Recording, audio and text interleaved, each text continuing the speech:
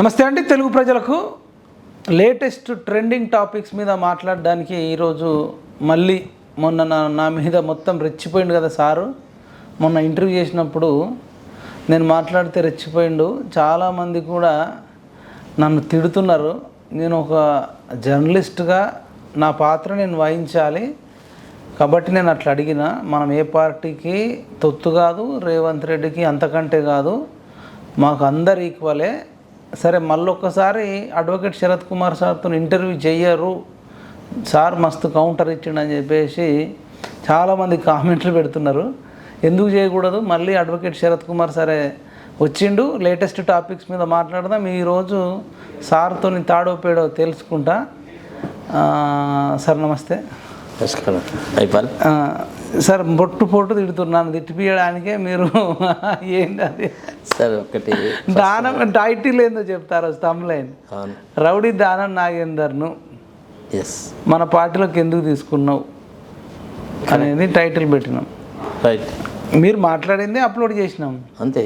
మనం రేవంత్ రెడ్డిని అంత నెత్తి మీద ఎత్తుకుంటలే, కానీ అంటే వీళ్ళ సైడ్ నుంచి వీళ్ళ అభిమానులు అడిగే క్వశ్చన్స్ అడిగినాం కదా సార్. ఒకటి ఏంటంటే, journalism is all about reforming the society. అంటే సొసైటీని సంస్కరించడము, సొసైటీలో అభ్యుద భావాలను డెవలప్ చేయడము, సొసైటీకి ఒక మంచి మార్గం చూపెట్టడాన్ని జర్నలిజం అంటారు. జర్నలిజం యొక్క ముఖ్య ఉద్దేశాలు ఇది మాకు మా గురువులు చెప్పింది. ఇప్పుడు what is news, what is not news అనే దానికి కూడా డెఫినేషన్ అది. If a dog bites a man, it is not news. But if a man bites a dog, that is news. కాబట్టి ఇట్లా మనం ఎప్పుడైతే వార్తలను విశదీకరిస్తామో, ఈ జర్నలిజం అనే వృత్తిలో ఉంటామో, మనం ఎప్పుడు ఎవరికి అకౌంటబుల్? మన రీడర్స్కి అకౌంటబుల్, మన వ్యూవర్స్కి అకౌంటబుల్.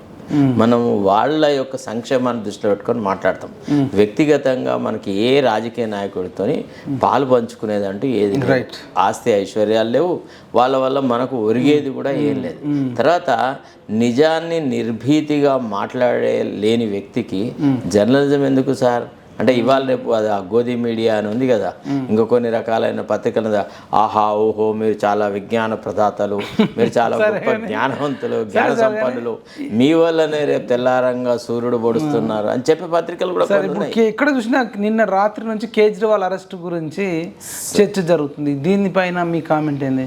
ఒకటి సార్, ఒక ముఖ్యమంత్రిని అంటే అధికారంలో ఉన్న ఒక ముఖ్యమంత్రిని ఒక రాజకీయ కోణాలతోని అరెస్ట్ చేయడం అనేది చాలా దారుణం సార్. ఒక ముఖ్యమంత్రి అరెస్ట్ చేయడానికి కొన్ని పద్ధతులు ఉంటాయి. అంటే ఇటీవల కాలంలో సుప్రీంకోర్టు ఒక జడ్జిమెంట్ ఇచ్చింది, Satyendra Kumar until versus CBI అని. ఆ జడ్జిమెంట్లో కొన్ని విషయాలు చెప్పినారు. ఏమని? అంటే ఇప్పుడు గతంలో ఏదైతే రూల్ ఉండిందో, bail is the rule, jail is the exception అన్నారు. కంపల్సరీగా ఒక నేర ఆరోపణ అయిన తర్వాత మన క్రిమినల్ ప్రొసీజర్ ప్రకారంగా బిలో 10 years ఉన్నటువంటి అఫెన్సెస్ లోపల 60 రోజులలో కూడా పోలీసులు ఇన్వెస్టిగేషన్ చేసి ఛార్జ్షీట్ ఫైల్ చేయాలి. తర్వాత 10 years and above life imprisonment, death imprisonment అయితే 90 రోజుల వరకు ఇవ్వచ్చు అన్నది. అదే ఎన్డీపీఎస్ యాక్ట్ అయితే 180 days అని. అట్లా వివిధ కారణాల వల్ల పోలీస్ ఇన్వెస్టిగేషన్కి కొన్ని లిమిట్స్ అనేది పెట్టినారు. అయితే ఈ పోలీస్ ఇన్వెస్టిగేషన్ అనేది ఇప్పుడు అంతరంగాల సీరియల్లా కాకూడదు. 350వ భాగము, 351వ భాగము, 400 భాగము, 450 భాగం ఇట్లా కాకూడదు. ఒక అంటే ఒక వ్యక్తిని మనం జైల్లో పెట్టిన తర్వాత అతని వ్యక్తి స్వేచ్ఛని మనం హరిస్తున్న దశలో కూడా దాంట్లో అర్జెన్సీ ఉండాలి. అతను నేరారోపణ జరిపితేనే లాభం లేదు. అతను నేరస్తుడు అవునా కాదా అనేది కోర్టులో తేల్చడానికి సరైనటువంటి మార్గాన్ని సుగమనం చేసేటువంటి బాధ్యత పోలీసుల పైన ఉంటుంది. సో వాళ్ళు ఛార్జ్షీట్ ఫైల్ చేస్తే, ఛార్జెస్ ఫ్రేమ్ అవుతే ట్రయల్ అనేది స్టార్ట్ అవుతుంది. కాకపోతే మన దేశంలో ఈ ఛార్జ్షీట్ ఫైలింగ్ అనేది రకరకాలుగా ఉంది. ఇప్పుడు ఒక నేరంలో కూడా ఎన్నైనా ఛార్జ్షీట్లు వేసేటువంటి అవకాశం కూడా మన క్రిమినల్ ప్రొసీజర్లో కోడ్లో ఉంది. 176 clause 8 ప్రకారంగా. Once a charge sheet is filed, nothing is it cannot be said that the whole investigation has come to place. They can as well file any number of charge sheets అని చెప్పేసి. అంటే దీని నేను చెప్పేది ఏంటంటే, ఇప్పుడు కేజ్రీవాల్ విషయంలో అరెస్ట్ చేయకూడదా? కాదండి, కొంతమంది విట్నెస్లు మొదట ఎగ్జామిన్ చేసినప్పుడు కేజ్రీవాల్ రోల్ ఉందని వాళ్ళు చెప్పలే. ఇప్పుడు అదే విట్నెస్ల మీద ఈడీలు అవి ఇవి రకరకాల ప్రెషర్స్ పెట్టేసేసి వాళ్ళ ద్వారానే కేజ్రీవాల్ ఇన్వాల్వ్ అయి ఉన్నాడు అని చెప్పేటువంటి ప్రక్రియ అది తప్పు. అంటే నీకు కావలసిన చేయలేడా అని మీరు ఎట్లా చెప్తారు? మీరు ఏమన్నా నేను చెయ్యలేదు అని నేను అనట్లేదు, చేశాడు అని నేను అనట్లేదు. ఒక విషయం సార్, ఒక ముఖ్యమంత్రి ఆయన ఈడీ మీద జరిగేటువంటి విచారణను ఏ రకంగా ప్రభావితం చేయగలడా చెప్పండి? ఈడీ అనేది కేంద్ర ప్రభుత్వ ప్రత్యేక సంస్థ, కేంద్ర ప్రభుత్వంలో ఉంటుంది, అది అమిత్ షా నేతృత్వంలో నడుస్తుంది. దాన్ని కేజ్రీవాల్ ఇన్ఫ్లుయెన్స్ చేయగలడా? ఒక్క విషయం ఆలోచించండి. తర్వాత రెండోది ఏంది, విట్నెస్లని ప్రభావితం చేయగలడా? అది ఆయన వల్ల కాదు. పోనీ ఇట్లాంటి అఫెన్సెస్ ఇంకా మళ్ళా చేస్తాడా? అట్లాంటి ఛాన్స్ లేదు. అసలు ఏ కోణాలు ఆలోచించినా కానీ సొసైటీలో రూట్స్ ఉన్నాయా లేవా? అతనికి ఈజ్ ద చీఫ్ మినిస్టర్, ఒక కాన్స్టిట్యూషనల్ పొజిషన్లో ఉన్నాడు. అంటే ఒక కాన్స్టిట్యూషనల్ పొజిషన్లో గవర్నర్కు రాష్ట్రపతికే ఇట్లా మీరు చెప్పిన విధానం ఉండదు కదా. అధికారంలో ఉన్నప్పుడు గవర్నర్లను రాష్ట్రపతిని మాత్రమే. అది వేరు, అది కాన్స్టిట్యూషనల్ ఇమ్యూనిటీ అంటారు, అది వేరు. అంటే వాళ్ళ మీద ఏ రకమైన చర్య తీసుకోకపోవడము, ఏ కోర్టులో క్రిమినల్ యాక్షన్ తీసుకోకపోవడం, దట్ ఈస్ అ డిఫరెంట్. అది ఆ constitution that is called immunity from being prosecuted. That is a different issue altogether. కానీ ఒక ముఖ్యమంత్రి పట్ల కేంద్ర ప్రభుత్వం ఏదైతే దుందుడుకు చర్యగా అతన్ని అరెస్ట్ చేసిన విధానం ఏదైతే ఉందో అది చాలా గర్హనీయం అండి. అంటే యాక్చువల్లీ ఎట్లా అంటే మోడీకి కేజ్రీవాల్ అనేవాడు మింగుడు పడట్లేదు. అసలు కేజ్రీవాల్ దగ్గరికి చాలామందిని పంపించినారు, మనోజ్ సిసోడియా దగ్గరికి చాలామంది ఫీల్డర్స్ని పంపించినారు. అరే నువ్వు ఢిల్లీ లోపల ప్రభుత్వం ఏర్పాటు చేసేసి నువ్వు మమ్మల్ని నిద్ర లేకుండా చేస్తూ ఉన్నావు, ప్రతి క్షణం నువ్వు మా మీద మనుగు వస్తూ ఉన్నావు అని వాళ్ళకు మంట. అంటే ఇతను లొంగిపోవట్లేదు కాబట్టి ఏదో రకంగా వాళ్ళని ఇరకాటంలో పెట్టాలన్న ఆలోచనలోనే ఉన్నారు మొదటి నుంచి కూడా. ఎందుకంటే ఇద్దరు లెఫ్టినెంట్ గవర్నర్లు కేజ్రీవాల్కు నిద్ర లేకుండా చేసినారు. ఇప్పుడున్న లెఫ్టినెంట్ గవర్నర్ కూడా ఆయన కేజ్రీవాల్కు రాసిన ఉత్తరాలలో కూడా ఆయన వాడిన భాష ఒక మాస్టర్ సర్వెంట్, అంటే ఒక యజమాని తన కింద పనిచేసేవాడికి రాసేటువంటి భాష, అట్లాంటి భాషా ప్రయోగం జరిగింది. ఇదంతా ఒక పొలిటికల్లీ మోటివేటెడ్ గేమ్ సార్. కేజ్రీవాల్ని అరెస్ట్ చేసేసి ఢిల్లీ లోపల తమకు వ్యతిరేకత ఉండకుండా ఢిల్లీ మీద మళ్ళా పూర్వపు వైభవం బీజేపీకి రావాలా అని అన్నప్పుడు, అంటే ఒకప్పుడు ఢిల్లీలో మొత్తం దేశమంతటా ఎట్లా ఉన్నా కానీ ఢిల్లీలో మాత్రం బీజేపీ కంపల్సరీగా 6కు 6 సీట్లు గెలిచేటివి. అట్లాంటి పరిస్థితి మళ్ళీ రావాలంటే దానికి ప్రతిబంధకం కేజ్రీవాలే కాబట్టి ఏదో ఒక కేసులో పెట్టాలన్నారు. ఈ కేసులో అతన్ని అరెస్ట్ చేయాల్సిన అవసరం లేకున్నా కానీ మొత్తానికి అవును సార్ అరెస్ట్ చేసిర్రు. మీరున్నారు అడ్వకేటు, మీకు ఇంకా సుప్రీంకోర్టు దాకా తెలిసిన అడ్వకేట్లు ఉన్నారు, మీరు సుప్రీంకోర్టులో వాదించండి కదా. సరే వాదిస్తాం. ఇప్పుడు కేజ్రీవాల్ అల్టిమేట్గా అయితే సుప్రీంకోర్టే చెప్తుంది కదా. కరెక్ట్. ఇంకొక విషయం ఏంటంటే ఇప్పుడు కేజ్రీవాల్ విషయంలో కూడా ఆల్రెడీ సుప్రీంకోర్టు మూవ్ చేసినారు నిన్నటి అరెస్ట్ మీద రాత్రి. కానీ అది ఈరోజు మార్నింగ్ హియరింగ్కి వచ్చినప్పుడు సంజయ్ ఖన్నా బెంచ్లోకి వచ్చినప్పుడు మేము అక్కడ అరెస్ట్ చేసినారు, ఆల్రెడీ రిమాండ్ చేస్తున్నారు అతన్ని. సో మేము రిమాండ్ని అపోజ్ చేస్తాం, రిమాండ్ని అపోజ్ చేయకుండా ఈ రిట్ పిటిషన్ ఇక్కడ ఆర్గ్యుమెంట్ చేస్తే వేస్ట్ అని చెప్పేసి వాళ్ళు రిమాండ్ని ఆర్గ్యూ చేయడానికని రౌస్ అవెన్యూ కోర్టులో ఆర్గ్యుమెంట్ చేయడానికి అనుకూలంగా సుప్రీంకోర్టులో ఏదైతే కేసు వేశారో దాన్ని విత్డ్రా చేసుకున్నారు. ఇది ఒక అంశం. తర్వాత రౌస్ అవెన్యూ కోర్టులో కూడా విచారణలు జరుగుతున్నాయి. నేను అనేది ఏంటంటే కేజ్రీవాల్ తప్పించుకుపోయేటువంటి అవకాశాలు లేవు ఇందులో. తర్వాత ఇందులో ఏదైతే ఎవిడెన్స్ ఉందో ఇదంతా రికార్డెడ్ ఎవిడెన్సే. ఇందులో సీసీటీవీ ఫుటేజ్ ఉంది, తర్వాత ప్రతి చోట రికార్డ్ అయి ఉంటుంది. ఏ డబ్బు ఎవరికి పోయింది, ఎట్లా జరిగింది, ఎవరు ఏం మాట్లాడారు, ప్రతి విషయము నిఘా సంస్థల చేతిలో ఉంది.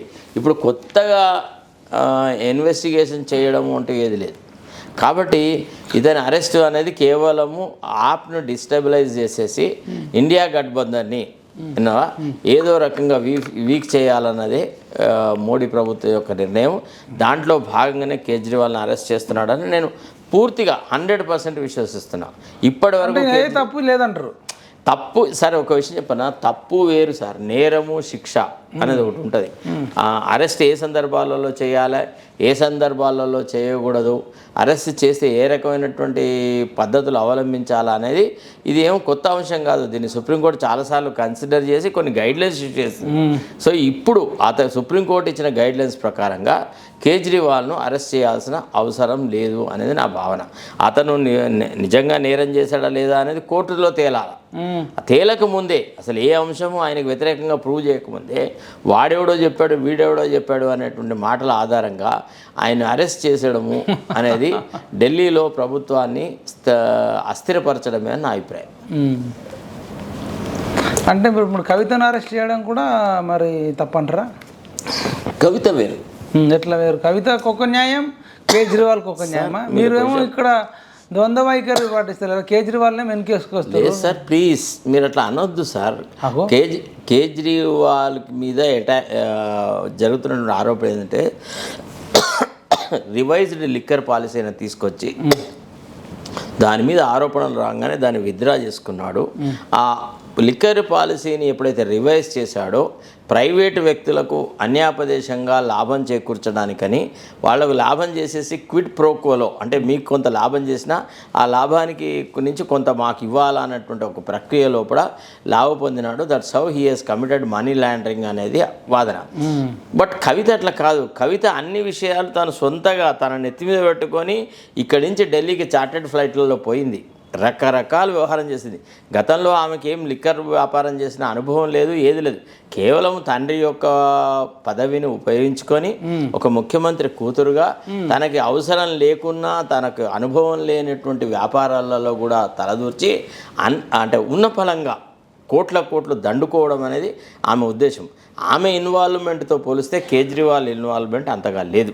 ఇప్పుడు ఎవరైతే కొంతమంది అప్రూవర్స్గా మారినారో ఇట్లాంటి వాళ్ళు చెప్తున్నటువంటి మాటల ఆధారంగానే కేజ్రీవాల్ని అరెస్ట్ చేయడానికని పూనుకుంటున్నారు తప్ప కవిత కూడా డైరెక్ట్ ఇన్వాల్వ్ అయినట్టు ఆ సౌత్ గ్రూప్లో కూడా ఈమె పేరు ఉన్నట్టు లేదు కదా. 100% ఉంది. ఈమె 100 కోట్ల రూపాయలు వేరే వాళ్ళకు పంచిందని, ఈమె ఇన్ని ఫోన్లు వాడిందని, తర్వాత రకరకాల ఆధారాలు ఉన్నాయి. కాబట్టి ఆమెను అరెస్ట్ చేయడానికి కొంత సమయం తీసుకున్నా పూర్తి పకడ్బందీగా ఈమెకు వ్యతిరేకంగా ఎవిడెన్స్ అంతా కలెక్ట్ చేసినాకనే ఆమెను అరెస్ట్ చేయడం జరిగింది. కవితకి కేజ్రీవాల్కి మధ్య పోలిక లేదు, నక్కకు నాగలకు అనుకున్నంత ఉంది అసలు. ఎందుకంటే అసలు అవినీతి యొక్క విషభాండము కవిత.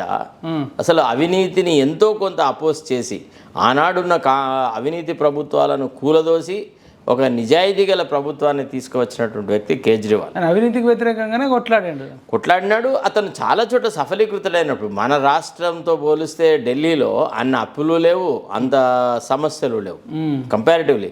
నిజానికి ఢిల్లీలో ఉండేటువంటి సమస్యలు వేరు. విభిన్న ప్రాంతాల నుంచి వచ్చిన వాళ్ళు ఉంటారు, విభిన్న భాషలు మాట్లాడే వాళ్ళు ఉంటారు, విభిన్న కులాలకు సంబంధించిన వాళ్ళు, మతాలకు సంబంధించిన రకరకాల వాళ్ళు ఉంటారు. సో ఢిల్లీని మేనేజ్ చేయడం అంత సులభం కాదు. అక్కడి ప్రజలు విజ్ఞులు. అట్లాంటి వాళ్ళు 2 టర్ములు కేజ్రీవాల్ని ఇన్ని ప్రలోభాలను వ్యతిరేకించేసేసి ఎవరు ఎంత చెప్పినా వినకుండా కేజ్రీవాల్కి ఓటు వేసినారు అని అన్నప్పుడు ఆయన ప్రజాభిమానం చూసి ఈర్ష్యతోనే మోడీ ప్రభుత్వం ఈ రకంగా అరెస్ట్ చేసింది సార్. మనీష్ సిసోడియాకు ఉందా మరి హస్తం? సరే చెప్తున్నా, ఇప్పటి వరకైతే వాళ్ళ రోల్ గురించి వాళ్ళు ఈ రకంగా చేశారు, ఈ రకంగా జరిగింది అనేటువంటి ఇది ఇదమిద్దంగా తేలలేదు సార్.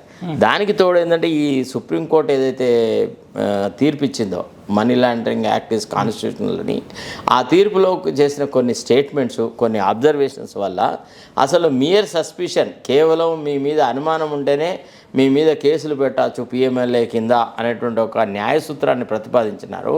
అది చాలా డేంజరస్గా తయారైంది. అంటే రాజకీయ కక్షలను సాధించుకోవడానికి, రాజకీయ పార్టీలను విచ్ఛితి చేయడానికి, రాజకీయ నాయకులను లొంగదీసుకోవడానికి, దట్టు ప్రతిపక్ష నాయకులను లొంగదీసుకోవడానికి ఈడీ అనేటువంటి ఈ ప్రక్రియను వాడుతున్నారు, ఈడీ అనే సంస్థను వాడుతున్నారు.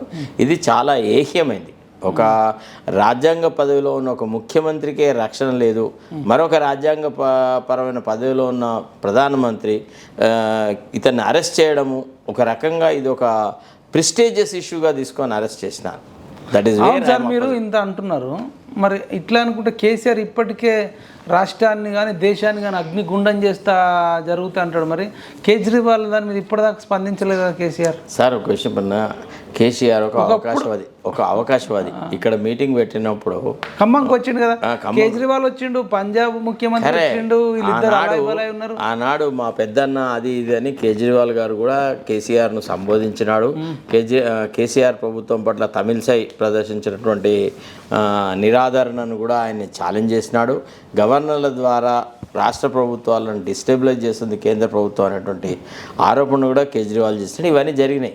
కానీ కృతజ్ఞత KCR they cannot go together. కేసీఆర్కి ఎవరి పట్ల కృతజ్ఞత ఉండదు, ఆయనకు తన పబ్బం గడిస్తే సరిపోద్ది అంతే. అది ఆయన కాదు సార్, ఇంత ఇష్యూ జరుగుతుంటే ఈవెన్ వాళ్ళ కూతురు ఇన్వాల్వ్ అయిన స్కాము. మరి ఒక సీఎంను మీరు ఇప్పుడు ఆయన కూడా ఒక మాజీ సీఎం, ప్రజెంట్ సీఎంని అరెస్ట్ చేసేసారు. మంచి తప్పైతే తప్పను, ఒప్పైతే ఒప్పని ఏదో ఒకటి అనాలి కదా సార్. ఇప్పుడు ఆయన గోడ మీద కూర్చుని ఉన్నాడు అనమాట. ఆయన రేపు భవిష్యత్తు లోపల ఒకవేళ అంటే బీజేపీకి వ్యతిరేక శక్తులు అన్నిటి కలిసి అందరూ కలిసి ఏదో రకంగా బీజేపీ ప్రభుత్వాన్ని కేంద్రంలో రానియలేకుండా రాదు అనేటువంటి నమ్మకం కలిగితే ఆ క్షణంలో లాస్ట్ మినిట్ లోపల ఈయన ముందడ చేరుతారు సార్. మీరు ఒకటి కాళియా అనే ఒక సినిమా చూసారో లేదు, ఆ సినిమాలో ఏముంటుందంటే ఒక గుండగాడు ఉంటాడు అనమాట. అందరేమో ఖైదీలు భోజనానికి కోసం అని చెప్పి నిలబడి ఉంటే ఆ మొట్టమొదటి వరుసలో నిలబడిన ఒక ముస్లిం దగ్గరికి వాని దగ్గర నుంచి తాళి తీసుకుంటాడు. తాళి తీసుకుంటే వాడు అంటాడు అనమాట, కంచం తీసుకుంటే, అరే నువ్వు లైన్లో నేను మొట్టమొదట ఉన్నా, పొద్దున్న నుంచి ఆకలితో ఉండి వెయిట్ చేస్తున్నా, నన్ను నా దగ్గర తాళి ఎందుకు గుంజుకున్నావు అంటే హమ్ జहाँ से शुरू हो गए वहाँ से లైన్ షురు అవుతా అంటాడు. నేను ఎక్కడ నిలబడితే అక్కడి నుంచే లైన్ షురు అవుతుంది, నేను ఇప్పుడు ఇక్కడ నిలబడ్డా, నువ్వు నా వెనకకు అని వాడి మీద మొత్తానికి అఘాయిత్యం చేస్తాడు. సో ఆ రకమైనటువంటి యాటిట్యూడ్ మోడీది. అర్థమైందా లేదా? మోడీ ఏదో రకంగా, నేను కేసీఆర్ గురించి అడిగినా, మీరు మోడీ గురించి చెప్తున్నాను. మోడీ కేసీఆర్ ఇద్దరు ఇంకా వాళ్ళు ఒకే నాణ్యానికి రెండు తీర్లు. ఆయన నిరంకుశత్వమే, ఈయన చిన్న వ్యక్తి కదా. ఇప్పుడు 4 కోట్ల జనాభాకైనా సీఎంగా చేసిండు, కానీ ఆయన 140 కోట్లకు ప్రధానమంత్రి. చెప్తున్నా అంటే ఆయన లెవెల్కు సరే మంచిగా చెడ పక్కన పెడితే ఈయన లెవెల్కు వెరీ స్మాల్ కదా. ఇంకా నాణ్యానికి ఒకవైపు అంటే నేను పెద్దోని చేస్తున్నట్టు మీరు అంటే అట్లా కాదు. నాణ్యానికి ఒకవైపు అంటే నిరంకుశ ధోరణిలో తనకు నచ్చని వ్యక్తులను చీల్చి చెండాడేటువంటి విషయంలో, తనకు నచ్చని వ్యక్తుల పట్ల ఏ రకమైన నీచమైన రాజకీయాలు చేయడంలోనైనా వీళ్ళిద్దరూ సమవుజ్జీలు. వీళ్ళ కరికులం, వీళ్ళు చదివిన సబ్జెక్ట్ ఒకటే, సిలబస్ ఒకటే, వీళ్ళు ఒకే గురువు గారి దగ్గర ఉపదేశం పొందారు అనేది నా అభిప్రాయం. అది నేను చెప్పేది అట్లా. ఇప్పుడు సరే కేసీఆర్ మోడీ ఇప్పుడు శత్రువులా మిత్రులా? ఇప్పుడు నేను చెప్తున్నాను కదా, ఇప్పుడు ఒక లైన్లో చెప్పండి. ఇప్పుడున్న పరిస్థితులలో కూడా మోడీ కేసీఆర్ను ఏ రకంగా భావిస్తాడో నాకు తెలియదు, కానీ కేసీఆర్ మాత్రం వేచి చూసే ధోరణిని ఆలోచిస్తున్నాడు. ఇప్పుడు ఒకవేళ ఇండియా గఠబంధన్ కనుక స్ట్రాంగ్ అయ్యి రేపు ఇండియా గఠబంధన్ ద్వారా దేశంలో కనుక ప్రభుత్వం మారుతుంది అని అనుకుంటే ఒక్క సెకండ్ లోపల అన్ని పార్టీలకు కేసీఆర్ దగ్గర అయ్యేటువంటి కెపాసిటీ కేసీఆర్కు ఉంది. కేసీఆర్ నాది పొరపాటు అయిపోయింది, నన్ను క్షమించండి, నేను మీతోనే ఉంటాను, నేను ఎప్పుడు కూడా మోడీతో లేను, మోడీ చాలా డేంజరస్ పర్సన్ అని చెప్పి కనుక కేసీఆర్ మాట్లాడితే కేసీఆర్ని అందరి దగ్గర తీస్తారు. ఎందుకంటే ఒకప్పుడు ఆయన మిత్రులే. కేసీఆర్కి మల్లికార్జున్ ఖర్గేతో క్లోజ్ రిలేషన్షిప్ ఉంది. కేసీఆర్ సోనియా గాంధీ దగ్గరికి పోయి తన పిల్లలతో దండం పెట్టించి వచ్చినాడు. ఆమె దయ వల్లనే తెలంగాణ ఏర్పడ్డది అని చెప్పి శాసనసభ అనేటువంటి ఒక వేదిక మీద చెప్పిన వ్యక్తి. రాహుల్ గాంధీ పట్ల కూడా కేసీఆర్ చాలా ఇదిగా ఉన్నాడు. కాబట్టి అతను ఒక 5 నిమిషాలలో కూడా రంగు మార్చగలడు. విన్నారా లేదా? అసలు సోనియా గాంధీతో రేవంత్ రెడ్డి కంటే ఎక్కువ సన్నిహితమైన సంబంధాలు ఏర్పరచుకోవాలన్న ఆలోచన కనుక ఒకవేళ కేసీఆర్కి వస్తే రేవంత్ రెడ్డి కంటే ముందే పోయి దగ్గర పోయి నిలబడి ఆమెతోని కరెక్ట్ కేసీఆర్ బహుత్ అచ్చా ఆద్మీ అని కూడా అనిపించుకోగలిగిన నేర్పరితనము, రాజకీయ పరిజ్ఞానం కేసీఆర్కు ఉంది. ఉన్నారా? మీరు కేసీఆర్ని అంత ఈజీగా అంచనా వేయడానికి వీల్లేదు. అయితే ఇప్పుడున్న పరిస్థితులలో ఏ వైపు పోతే తనకు ఎక్కువ లాభసాటిగా ఉంటుంది అనేది ఆలోచిస్తున్నట. ఇప్పుడు మార్బేరపోడు కేసీఆర్ ఇక్కడ చారానకు కొంటాడు, అక్కడ బారానకు అమ్ముతాడు అనమాట. ఆ చారానకు కొన్న తర్వాత చూస్తుంటాడు అనమాట, ఇప్పుడు వాడు బారాన్ని ఇస్తున్నాడు, వీడు ఇంకోటి 80 పైసలు ఇస్తాడా, ఇంకోటి 90 పైసలు ఇస్తాడా, ఇంకోటి ₹1 ఇస్తాడు అనుకోడి. అట్లా ఎవడు రూపాయి ఎక్కువిస్తే వాని దగ్గరికి పోయే టైప్ అనమాట. ఈ మోరల్స్, ఈ ఎథిక్స్, ఈ స్టాండర్డ్స్ అని ఏమి ఉండవు. ఆయన ఒక మాట అన్నాడు, అంటే ఎలక్షన్ కంటే ముందు కొన్ని రోజులు ఈడే మోడా రండి వచ్చి ఏం చేసుకుంటారా. ఇప్పుడు వచ్చారు కదా. ఇప్పుడు కాగల కార్యంగా అందరిలో తెలుస్తారు, నువ్వే రమ్మన్నావు కదా, నా సంగతి చూపిస్తానడు. మరి ఒక విషయం చెప్పన్నా మీకు, శ్రీమద్ భాగవతంలో ఒక గొప్ప అన్నాడు. శ్రీమద్ భాగవతంలో ఒక గొప్ప ఉదంతం ఉంటుంది అనమాట. హిరణ్యాక్షుడు ప్రహ్లాదుని తండ్రి విష్ణువు మీద కోపంతో, అసలు ఆ విష్ణువే లేడు, విష్ణువు దేవుడు కాదు, విష్ణువుతో సంబంధం లేదు, వాడు దానవులకు వ్యతిరేకి, అరే ఎక్కడున్నాడు రా అని చెప్పేసి 3 లోకాల మీద జైత్రయాత్ర జరిపి విష్ణువు దగ్గరికే పోతాడు. విష్ణువే ఆదిశేషుని వెనక దాగి వాడికి కనపడకుండా అయినటువంటి పరిస్థితిని తీసుకొస్తాడు. చివరకు తనకు ప్రాణాలకు ముప్పైనప్పుడు అసలు ఈ స్తంభంలో ప్రహ్లాదుని అడుగుతాడు, నువ్వు ఇంతగా పొగుడుతున్నటువంటి నీ శ్రీహరి ఎక్కడున్నాడో చెప్పగలవారా అని అంటాడు. అంటే పోతన గారు, మన బొమ్మర పోతన గారు ఒక చక్కని పద్యం రాసినాడు. ఇందుగలడు అందులేడని సందేహము వలదు చక్రి సర్వోపగతుడు ఎందెందు వెతికి చూచిన అందందే కలుడు దానవాగ్రిని వెంటే అని అంటాడు. అరే అక్కడ ఇక్కడ ఏంద్రా, ఎక్కడైనా ఉన్నాడు రా అంటే మరి ఈ స్తంభంలో నువ్వు చూపెట్టగలవా అంటాడు. ఎస్, ఈ స్తంభంలో కూడా ఉన్నాడు అంటాడు అని ఆ స్తంభాన్ని తన గదతో కొడితే అందులోంచి హిరణ్యకశిపుడు వచ్చేసేసి ఇదాన్ని అంతమొందిస్తాడు. వినలేదా? కాబట్టి దీన్ని బట్టి ఏమవుతుంది, వీళ్ళు మోడీ ఏడున్నాడు అంటే ఆ స్తంభంలోంచి రానే వచ్చే మోడీ, ఆ స్తంభంలోంచి ఈడీ రానే వచ్చే ఎత్తుకునే పాయ్. కేసీఆర్ కన్నబిడ్డ ఇప్పుడు కోడి పిల్లల్ని గద్దె ఎత్తుకపోయినట్టు ఎత్తుకపోలేదా ఈడీ కవితని? ఎత్తుకపోయినా లేదా? ఎత్తుకపోయారు సార్ వీళ్ళు. కేటీఆర్ అయినా కేసీఆర్ అయినా ఈడే పోడా రండి వస్తుంది. దాని తర్వాత మేమే తప్పు చేస్తే కదా రండి రా చూసుకుంటా నా కొడగలరా అని అన్న పదగాంభీర్యం అంటారు. అంటే దాంట్లో ప్లాట్ లేకపోయినా, మంచి ఇతివృత్తం లేకపోయినా, కేవలము బొంబాస్టిక్ వర్డ్స్ వాడడంలో కేసీఆర్ దిట్ట. ఆ రకమైన అంటే అప్పటికి ఏది ఎప్పటికి అయ్యేదే ప్రస్తుతం, అప్పటికి ఆ రీతి వరకు అంతే. ఇప్పుడు ఏం మాట్లాడితే బాగుంటుంది, జనరంజకంగా ఉంటుంది, ఇప్పుడు ఏం మాట్లాడితే ప్రజలు చప్పట్లు కొడతారో అప్పటికి ఆ మాట మాట్లాడతారు. వినలేదా? వీళ్ళను రాజకీయ అవకాశవాదులు అంటారు. వీళ్ళకి ఒక నీతి, జాతి, ఒక మోరల్ స్టాండర్డ్ అంటే ఏముండదు.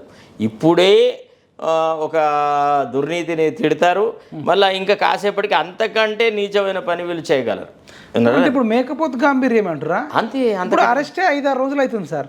అవును, ఇప్పటిదాకా వీళ్ళు ఢిల్లీలో ఇప్పుడు చూడండి ఏదో ధర్నా చేస్తాం. చూడండి ఇప్పుడు కేజ్రీవాల్ మీద ఏదైతే ఈడీ జరిపినటువంటి చర్యల వల్ల ఏదైతే దేశవ్యాప్తంగా ఏదైతే అసంతృప్తి ప్రబలిందో, ఏదైతే కేంద్ర ప్రభుత్వం మీద వ్యతిరేక భావన వస్తుందో, ఇప్పుడు కేజ్రీవాల్ నీడలో నిలబడి కవిత బయటకు వస్తుంది తెలుసా మీకు?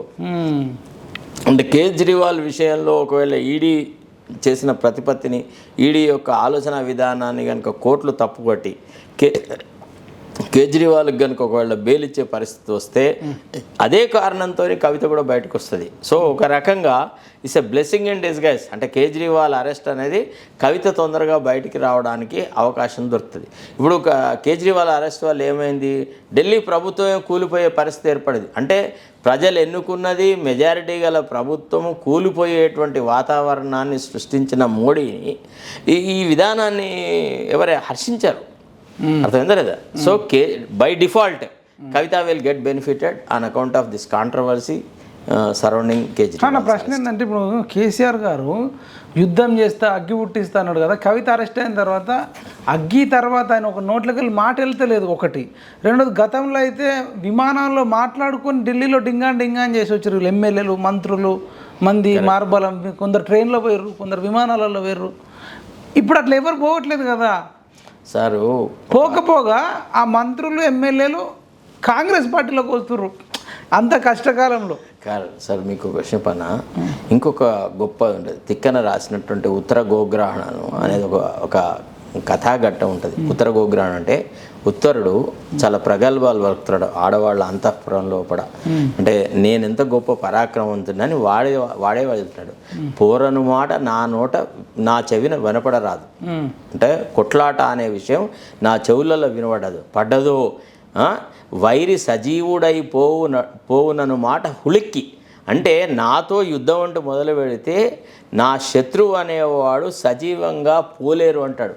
త్రిమూర్తులైన అంటే ఒకవేళ ముగ్గురు మూర్తులు శ్రీ మహావిష్ణువు, బ్రహ్మదేవుడు, శివుడు కూడా నా ముందుకు నాతో కొట్లాటకు వస్తే రక్తాహారులు అవుతారు, వాళ్ళు కూడా రక్తం కక్కి చచ్చిపోతారు. అట్లాంటి పరాక్రమము, ధీరత్వము, శూరత్వం నాది అని ఒక పద్యం రాసినాడు. అట్టనే ఈ కేసీఆర్ మాటలు కానీ, కేటీఆర్ మాటలు కానీ ఇవన్నీ ఉత్తర ప్రగల్భాలు అంటారు. అసలు ఉత్తర గోగ్రాణం అని దానికి పేరు. కానీ నిజానికి గోవులు మరల్చింది ఎవరు? అర్జునుడు. కానీ ఆ కథాఘట్టానికి పేరు మాత్రం ఉత్తర గోగ్రాణం. అంటే వీళ్ళ మాటలు విన్నప్పుడల్లా అరే ఎన్నేళ్ల క్రితం, ఎన్ని సంవత్సరాల క్రితం తిక్కని ఇంత చక్కని పద్యాలు రాశాడు కదా అని అనిపిస్తుంది అనమాట. వీళ్ళు కేవలము మాటల మనుషులే తప్ప చేతల మనుషులు కాదు. రైట్. ఇప్పుడు మరి ఈరోజు పేపర్ చూసారా సార్ మీరు? చూసినాను. ఏముంది ఎంపీల గురించి కాంగ్రెస్ పార్టీలో మరొక లిస్టులో కొంతమంది పేర్లు తెలుసా మీకు? తెలుసు. రంజిత్కి, అక్కడ రంజిత్ రెడ్డి గారికి చేవెళ్ళ, తర్వాత సునీత మహేందర్ రెడ్డి గారికి మల్కాజ్గిరి, తర్వాత మా గడ్డం వంశీకి పెద్దపల్లి, తర్వాత దాన నాగేందర్కు సికింద్రాబాదు. ఇట్లా మీరు చెప్పిన వాళ్ళు సరే గడ్డం వంశీని పక్కన పెడితే మిగతా వాళ్ళందరూ ఏ పార్టీ మీకు తెలుసా? ఎందుకు తెలియదు సార్? ఏ పార్టీకి ఏంది? వాళ్ళు తాళి ఒకంతో కట్టించుకుంటారు, సంసారం ఇంకొంత. అంటే వాళ్ళకి నీతే జాతే వాళ్ళ రాజకీయాలలో ఏ మాత్రమైన విలువలు ఉన్న రాజకీయాలు చేసిన వ్యక్తుల వాళ్ళలో చెప్పడం మాట. ఇప్పుడు కోళ్ళ వ్యాపారం చేసేట ఆయనే రంజిత్ రెడ్డి. కోడి ఏది పడుతుంది తింటే ఎక్కడ పడితే అక్కడే రెట్టాలు వేస్తుంది. ఈయనకి అంతే గదే టైప్ ఆఫ్ రాజకీయం చేస్తాడు ఈయన. ఇక దాన నాగేందర, ఇక ఆయన గురించి మనకు తెలుసు. ఏనవా నిర్దయుడు. అసలు ఏ రకంగా కూడా రాజకీయాలలో రవ్వంత కూడా వాల్యూస్ ఉన్నటువంటి వ్యక్తి అతను కాదు. ఆయనకి ఇచ్చినారు. ఇక ఆమె పాపం సునీత మహేందర్ రెడ్డి, ఆమె గురించి మనకు ఎక్కువ తెలియదు. ఆమె వ్యక్తిత్వం గురించి మనం కామెంట్ ఆ అమ్మాయికి ఏం తెలుసు? ఆమె భర్త చాటు భార్య. ఆమెను తీసుకొచ్చి మల్కాజ్గిరి లాంటి దేశంలో అతిపెద్ద నియోజకవర్గంలో అభ్యర్థిగా నిలబెట్టడం మరి అదే ఆ రాజకీయ విజ్ఞత. చూడండి ఒకసారి రేవంత్ రెడ్డి గారు గతంలో ఒక 1 year బ్యాక్ మాట్లాడిన మాటలు విని మనం ఇంటర్వ్యూలోకి వెళ్దాం. ఇప్పుడు ఈ దానం నాగేందర్తో నవ్వుకుంటా ఖుషీగా ఉన్నాడు. ఎంత నవ్వు అంటే మొన్న కండువా కప్పినప్పుడు చూద్దాం, వాయిస్ ఇందాం. ఇవాళ ఒక పార్టీలో ఎన్నికైన వాళ్ళు రాజీనామా చేయకుండా ఇంకొక పార్టీలో ఫిరాయిస్తే హత్యలు, అత్యాచారాలు చేసిన వాళ్ళకి ఎంత కఠినమైన శిక్షలు అమలు చేస్తున్నారో ఉరి తీసే విధానాన్ని ఈరోజు రాజ్యాంగంలో సవరణ తీసుకురావాల్సిన పరిస్థితులు ఉన్నాయి. ఏ కోశాన కూడా ఒక పార్టీ సింబల్ మీద ఎన్నికైన ప్రజాప్రతినిధి పార్టీ మారితే మరు క్షణమే వారి సభ్య. చూడండి, అంటే వ్యూవర్స్ కూడా చూడాలా, కెమెరా చూపించి జూము. దానం నాగేంద్ర ఈయన బీఆర్ఎస్ పార్టీ తరఫున గెలిచిన ఖైరతాబాద్ ఎమ్మెల్యే, కారు సింబల్ మీద గెలిచినోడు. మరి రేవంత్ రెడ్డి గారు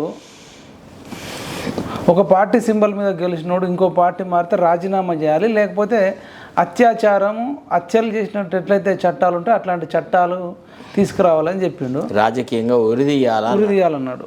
కరెక్ట్. అంతే. అప్పటి ఆ పర్టికులర్ సందర్భానికి ఆ మాట రుచిస్తుంది.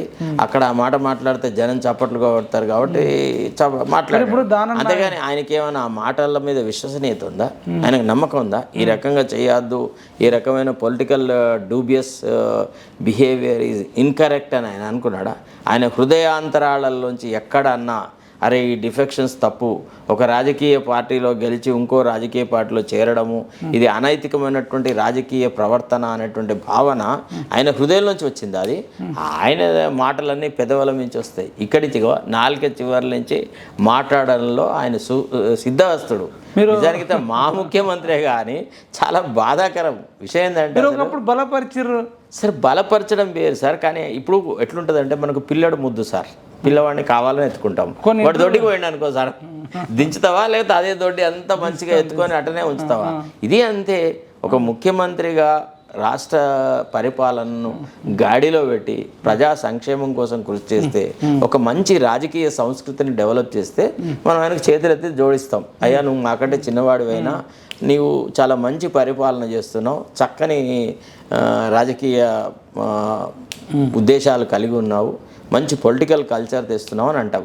కానీ ఇంకొని పెళ్ళాంతో సంసారం చేయాలన్న ఆలోచన ఎట్లా ఉంటుందండి? ఇప్పుడు దానం నాగేందర్ తను బీఆర్ఎస్ పార్టీ నుంచి వచ్చినటువంటి పదవిని రాజీనామా పెట్టకుండా ఎమ్మెల్యేగా కొనసాగుతున్న వ్యక్తికి కాంగ్రెస్ పార్టీ టికెట్ ఇచ్చి సికింద్రాబాద్లో ఎంపీగా కంటెస్ట్ చేయించడం అని అంటే దీనికంటే రాజకీయ వ్యభిచారం ఇంకోటి ఉంటుందా చెప్పండి? అసలు ఇక మీ పార్టీ చెడ్డ పేరు రాదా? ఎందుకు శాసనసభ్యులు కూడా అసహించుకుంటారు. ఇప్పుడు ఎన్ని వ్యయ ప్రయాసలకు ఓర్స్తే ఒక కాంగ్రెస్ కార్యకర్త అంచెలంచెలుగా ఎదిగి ఓ జడ్పీటీస్ అవుతాడు, ఓ ఎంపీటీస్ అవుతాడు, ఓ జడ్పీ చైర్మన్ అవుతాడు, ఒక ఎమ్మెల్యే అవుతాడు, ఒక విప్ అవుతాడు, ఆ తర్వాత మంత్రివర్గంలోకి వస్తాడు, ముఖ్యమంత్రి అవుతాడు. ఇట్లా ఇదంతా ఒక సాహసకృతమైనటువంటి ఒక కార్యక్రమం సార్. ఇది ఒక నిరంతర ప్రక్రియలో జరిగేటువంటిది. కానీ సడన్గా లాస్ట్ మినిట్ లోపల ఇంకా లాటరీ దొరికినట్టుగా ఒక పోస్ట్ వస్తే ఇట్లనే జరుగుతుంది. ఇది లాటరీలో బెనిఫిట్ అయినట్టే తప్ప ఇది రాజకీయంగా ఏదో కష్టపడి సాధించింది కాదు. రేవంత్ రెడ్డితో ఆయనకున్న సన్నిహిత్యమో మళ్ళీ ఇంకేదో కానీ మొత్తానికి దానం నాగేందర్ రేవంత్ రెడ్డికి దగ్గరికి పోగలిగినాడు. కథం దానం నాగేందర్ అయితే చాలా ఆర్థికంగా పరిపుష్టి ఎంతో కొంత. అంటే ప్రజలు అంత పిచ్చోళ్ళు, మీరు డబ్బులు ఇస్తే మీకు ఓటేస్తారని మీరు అనుకుంటున్నారా? అట్లా ఎంతో మంది అనుకొని కర్రు కాల్చి వాత పెడతారు దానం నాగేందర్. మీకు క్వశ్చన్ తెలుసా? అంటే కేసీఆర్ దగ్గర ఎక్కువ డబ్బులు ఉండే కదా. అదే కేసీఆర్ డబ్బులు ఖర్చు పెట్టలేదా? ఎంత డబ్బు ఖర్చు పెట్టినారు? ఏరులో అయి పారినాయి. మద్యము, డబ్బులు. సార్ వాళ్ళు సోషల్ మీడియా ఇన్స్టాగ్రామ్ చేసేటోళ్ళకే వాళ్ళు ఉంటారు కదా, వాళ్ళంతా వాళ్ళకే లక్షలు కోట్లు ఇచ్చి ఆ బిత్తిరి సత్తితోని కానీ శివజ్యోతితోని కానీ. ఇప్పుడు చదువుకుంచుకోండి, మనం చెప్పినట్టల్లా వింటారు అనేటువంటి మాట. అంటే మాస్టర్ సర్వెంట్ రిలేషన్షిప్ లేదు రాజకీయ నాయకుడికిను ప్రజలకి. రాజకీయ నాయకుడు ఏది మాట్లాడినా ప్రజలు విశ్వసిస్తారు అనేటువంటి భావన ఎప్పుడు వస్తుంది తెలుసా? పవర్ అనేది మెదడుకి ఎక్కితే, వినవా, నెత్తికెక్కినప్పుడు దురహంకారంతో ఉన్న వ్యక్తులే తామేది చెప్పినా ప్రజలు నమ్ముతారనేటువంటి ఒక నిరంకుశపు ఆలోచన చేస్తారు. ఎవరైతే ప్రజలతో పాటుగా మమేకమై ఉంటారో వాళ్ళు ఇంత పచ్చి అబద్ధాలు మాట్లాడలేరు. ఉన్నారా? ఒక మనిషి అబద్ధం ఆడాలా అని అన్నప్పుడు అది అంటే మంచి వ్యక్తికి అయితే ఎంత న్యూనతాభావం అనిపిస్తుంది సార్. అరే ఈ మాట అనాల్సి వస్తుందా, ఇంత తప్పిదని నేను చేయాల్సి వస్తుందా, ఇంత నష్టం జరుగుతుందా అనేటువంటి భావన ఉంటుందన్నమాట. సో ఈ గాలివాటం మాటలు కనీసం ఎక్స్ప్లెనేషన్ ఇవ్వాలి కదా. ఏమిస్తారు దానికి? ఏమి ఎక్స్ప్లెనేషన్ ఇవ్వగలరు? ఏ రకంగా మాట్లాడగలరు చెప్పండి? ఇప్పుడు రేపు నాలాంటోడు ఇంకోడో బయట అడుగుతాడు, ఎవడన్నా రాజీనామా చేయకుండా పార్టీ మారితే ఉరి తీయాలన్నాడు. అట్లాంటి చట్టాలు రావాలని అంటే కేసీఆర్ చేయలేదా రాజీనామా? ఆ పార్టీలో గెలుచుకున్న ఎమ్మెల్యేలు అందరూ బీఆర్ఎస్లో చేర్చుకోలేదా? ఆయన రాజీనామా చేయించినాడా? సేమ్ అదే పని నేను చేస్తున్నా, మేము చేస్తే తప్పు, ఆయన చేస్తే సంసారం, మేము చేస్తే వ్యభిచారమా అని ఇప్పుడు ఉన్నాయి కదా రొటీన్గా స్టాక్ మాటలు కొన్ని ఉన్నాయి కదా. సాయి సంసారి కేసీఆర్కి పట్టిన గతే పడుతుంది. అదే కదా, సాయి సంసారి లచ్చేదో అని అన్నట్టుగా ఉంటుంది కదా. అట్లాంటి మాటలు కేసీఆర్ని అసహించుకుంటారు, రేపు నిన్ను కూడా అసహించుకుంటారు. సరే క్వశ్చన్ పన్నా, కేసీఆర్ది సొంత పార్టీ సార్, అదొక రీజనల్ పార్టీ. అక్కడ నష్టం కష్టం అంతా కేసీఆర్ కుటుంబానికే జరుగుతుంది. అక్కడ బాగా నష్టపోయే వాళ్ళు ఎవరు? కేసీఆర్ కుటుంబ సభ్యులకే ఎక్కువ నష్టం జరుగుతాయి, మిగతా వాళ్ళకి ఎంతో కొంత నష్టం జరుగుతుంది. వాళ్ళు అవసరం అనుకుంటే వాళ్ళకి ఇట్లనే పార్టీలు మారి వాళ్ళ వేరే పార్టీలకు పోతారు. కాంగ్రెస్ లాంటి ఒక నేషనల్ పార్టీలో ఈ రకమైనటువంటి ఒక రాజకీయ పద్ధతులు కనుక అవలంబించేటువంటి పక్షంలో ఇది ఒక గొప్ప చరిత్ర గల పార్టీకి కళంకాన్ని తీసుకొస్తుంది. అర్థమైందా లేదా? ఈ అవకాశవాద రాజకీయాలు ఒక నేషనల్ పార్టీకి సరిపడవు. ఇప్పుడు చూడండి ఒక విషయం సార్, మీరు ఒకటి గ్రహించాలా. ప్రతిసారి మేము మోడీని విమర్శిస్తున్నాం. ఇప్పుడు మహారాష్ట్రలో అశోక్ చవాన్ అని ఒక మాజీ ముఖ్యమంత్రి, ఆయనను పార్టీలో చేర్చుకొని అంటే ఈడీ ద్వారా ఆదర్శ స్కామ్లో ఆయన ఇన్వాల్వ్ అయి ఉన్నప్పుడు ఈడీ ద్వారా సిబిఐ ద్వారా ఆయన మీద రకరకాల ఎంక్వైరీస్ ఇన్వెస్టిగేషన్ స్టార్ట్ చేసేసి ఆయనను బెదిరించేసేసి ఆయనను బీజేపీలో చేర్చుకొని రాజ్యసభ సభ్యుడు చేస్తారు. తర్వాత national conference NCP Nationalist Congress party ఇది శరద్ పవార్ నేతృత్వంలో ఉందో ఆ పార్టీని చీల్చడానికి అజిత్ పవార్ మీద రకరకాల ఆరోపణలు చేసినాడు మోడీ. ఆ తర్వాత మళ్ళీ అజిత్ పవార్ యొక్క నేతృత్వంలోనే ఎన్సీపీని చీల్చి అక్కడ సుశీల్ కుమార్ అతను షిండే నాయకత్వంలో ఒక పార్టీ అంటే మహారాష్ట్ర ప్రభుత్వాన్ని కూల్చినాడు.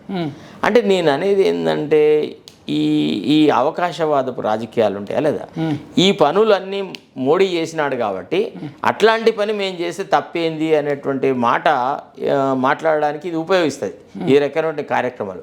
కానీ మోడీ చేసిన నీచమైన రాజకీయాలు మేము చెయ్యము, మేము we are a different political culture, మాకు ఇట్లాంటి విషయాలు సహించవు, రాజకీయంగా ఇంత దగుల్బాజీతనం మేము చెయ్యము అనేటువంటి సత్తా సామర్థ్యం ఉన్న నాయకుడు ఎవరు ఈ పని చెయ్యడు.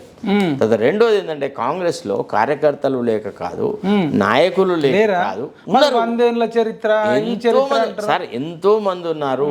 కాకపోతే మరి ఇంత ఆర్థిక పరిపుష్టి లేదు కదా, దోచుకున్న ధనం ఎంత ఇస్తాడు, ఒక ఓటుకి ఎంత ఇవ్వగలుగుతాడు దాన నాగేందర్ ఎగ్జాంపుల్, అదే ఎంత ఇస్తాడు అనేది అది మనం ఎట్లా చెప్పగలం. కానీ అప్పటి పరిస్థితులను బట్టి 10,000 ఇస్తాడా, ఏమి వీళ్ళు ఇచ్చి 5,000 10,000తోనే ఇక పబ్లిక్ బతుకుతురు, లేకపోతే బతకట్లేదా? మీకు ఒక క్వశ్చన్ చెప్పన్నా, కేసీఆర్ కంటే ఎక్కువ డబ్బులు ఇక్కడ పని చేయండి సార్, మీరు ఇవన్నీ ఎందుకు డైరెక్ట్ కేసీఆర్ని మీ పార్టీలో జాయిన్ చేసుకోండి, పీడ విరగడైపోతుంది, ఎందుకు ఇవన్నీ ముచ్చట్లు సార్? మీకు ఒక క్వశ్చన్ చెప్పన్నా, ఈ రాజకీయాలలో డిఫరెంట్ ఉండదు సార్, ఆడవారి మాటలకు అర్థాలే వేరులే అని గతంలో పాట వచ్చింది తెలుసా మీకు?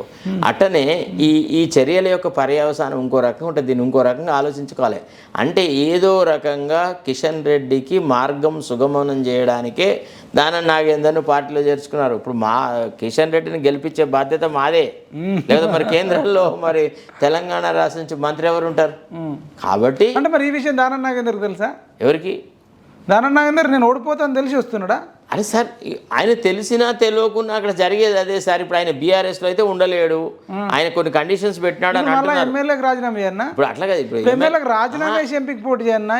అసలు ఈ వెసులుబాటు చేయడం కరెక్ట్ అన్న రాజకీయ విషయం పన్నా. అసలు ఇప్పుడు దానం నాగేందర్ ఒక కండిషన్ పెట్టినాడు అని చెప్పి నేను సోషల్ మీడియాలో వచ్చింది. ఏమని? ఇప్పుడు నేను ఎంపీగా కంటెస్ట్ చేస్తా, మీ కోరిక మేరకు ఒకవేళ నేను కంటెస్ట్ చేసి ఓడిపోతే నేను ఎమ్మెల్యేగా ఉండడమే కాదు, నాకు మీరు మంత్రి పదవి ఇస్తానంటేనే నేను మీ పార్టీలోకి వచ్చేసేసి నేను మీ పార్టీ సింబల్ మీద కిషన్ రెడ్డి మీద కంటెస్ట్ చేస్తా అనేటువంటి ఒక వాగ్దానం తీసుకొని ఈరోజు కంటెస్ట్ చేస్తున్నాడు అనేది ఒక మాట. అది ఒక రకంగా నమ్మశక్యంగా ఉంది ఆ మాట. అవును నిజమేమేమో అనిపిస్తుంది. లేకపోతే అసలు అంటే ఏదైనా పొలిటికల్ స్టాండర్డ్స్ అంటూ చూస్తే, కొంత పొలిటికల్ కల్చర్ చూస్తే, ఇప్పుడు ఒకే సిద్ధాంతంతో మొత్తం జీవితం అంతా ముడిపడి ఉన్న కిషన్ రెడ్డికి తర్వాత నాగేందర్కు మధ్య ఏమన్నా పోలిక ఉందా? ఏం లేదు. ఉంటుందా? నేను అంటే ఐనో జర్నలిజంలో నేను 1983 నుంచి నేను జర్నలిస్ట్గా ఉన్నాను. నేను ఈనాడులో పనిచేసే రోజులలో కిషన్ రెడ్డి గారు ఒక చిన్న ఆర్డినరీ కార్యకర్త విన్నారా లేదా? ఆఫీస్లో అందరికి సేవలు చేస్తాడు. సేవలు చేసాడు కాదు, సహాయపడేవాడు. అట్లా అతన్ని మనం చిన్న సేవ అంటే మంచిదే కదా. కరెక్ట్, అట్లా కాదు. అయితే ఏంటంటే అతను పాపం ప్రెస్ నోట్లు అవి ఇవి అన్ని తీసుకొచ్చి అటల్ బిహారీ వాజ్పేయి మీటింగ్లు జరిగితే చేసేవాడు. ప్రెస్ కాన్ఫరెన్స్లకు వస్తే మా దగ్గరికి వచ్చి మాకు తన పేరు కూడా రాయమని అడిగేవాడు. మేము అందరం లాస్ట్కు చివరి సెంటెన్స్లో ఈ మీటింగ్లో జి కిషన్ రెడ్డి గారు కూడా అటెండ్ అయినారు అని ఒక వాక్యం రాసేవాడు అనమాట. ఆనాడు ఈనాడు పత్రికలలో ఆ వాక్యం వస్తే కూడా చాలా గొప్ప విషయం. ఆయనైనా తర్వాత వి హనుమంతరావు అయినా ఇట్లాంటి చాలా మంది నాయకులు, ఈవెన్ కె రోషయ్య గారు కూడా ఆయన పేరును కూడా లాస్ట్కు చివరిలోనే రాస్తున్నారు. అంటే అనేది అట్లాంటి ఒక పార్టీని నమ్ముకొని, ఒక సిద్ధాంతాన్ని నమ్ముకొని జీవితం మొత్తము ఒకే పార్టీ ఒకే సిద్ధాంతంతో జీవితాన్ని ధారబోసిన వ్యక్తికి వ్యతిరేకంగా నువ్వు రాజకీయంగా ఏ వ్యక్తిని నిలబడాలి?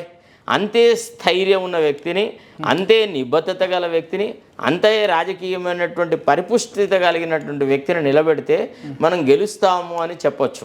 అంటే ఇతను కాంగ్రెస్ పార్టీ యొక్క కార్యకర్తల యొక్క శ్రమను దోచుకోవడానికి వచ్చిన ఒక దారిదోపిడి దొంగ అని అనాలి అంతే దానం నాగేందర్ను.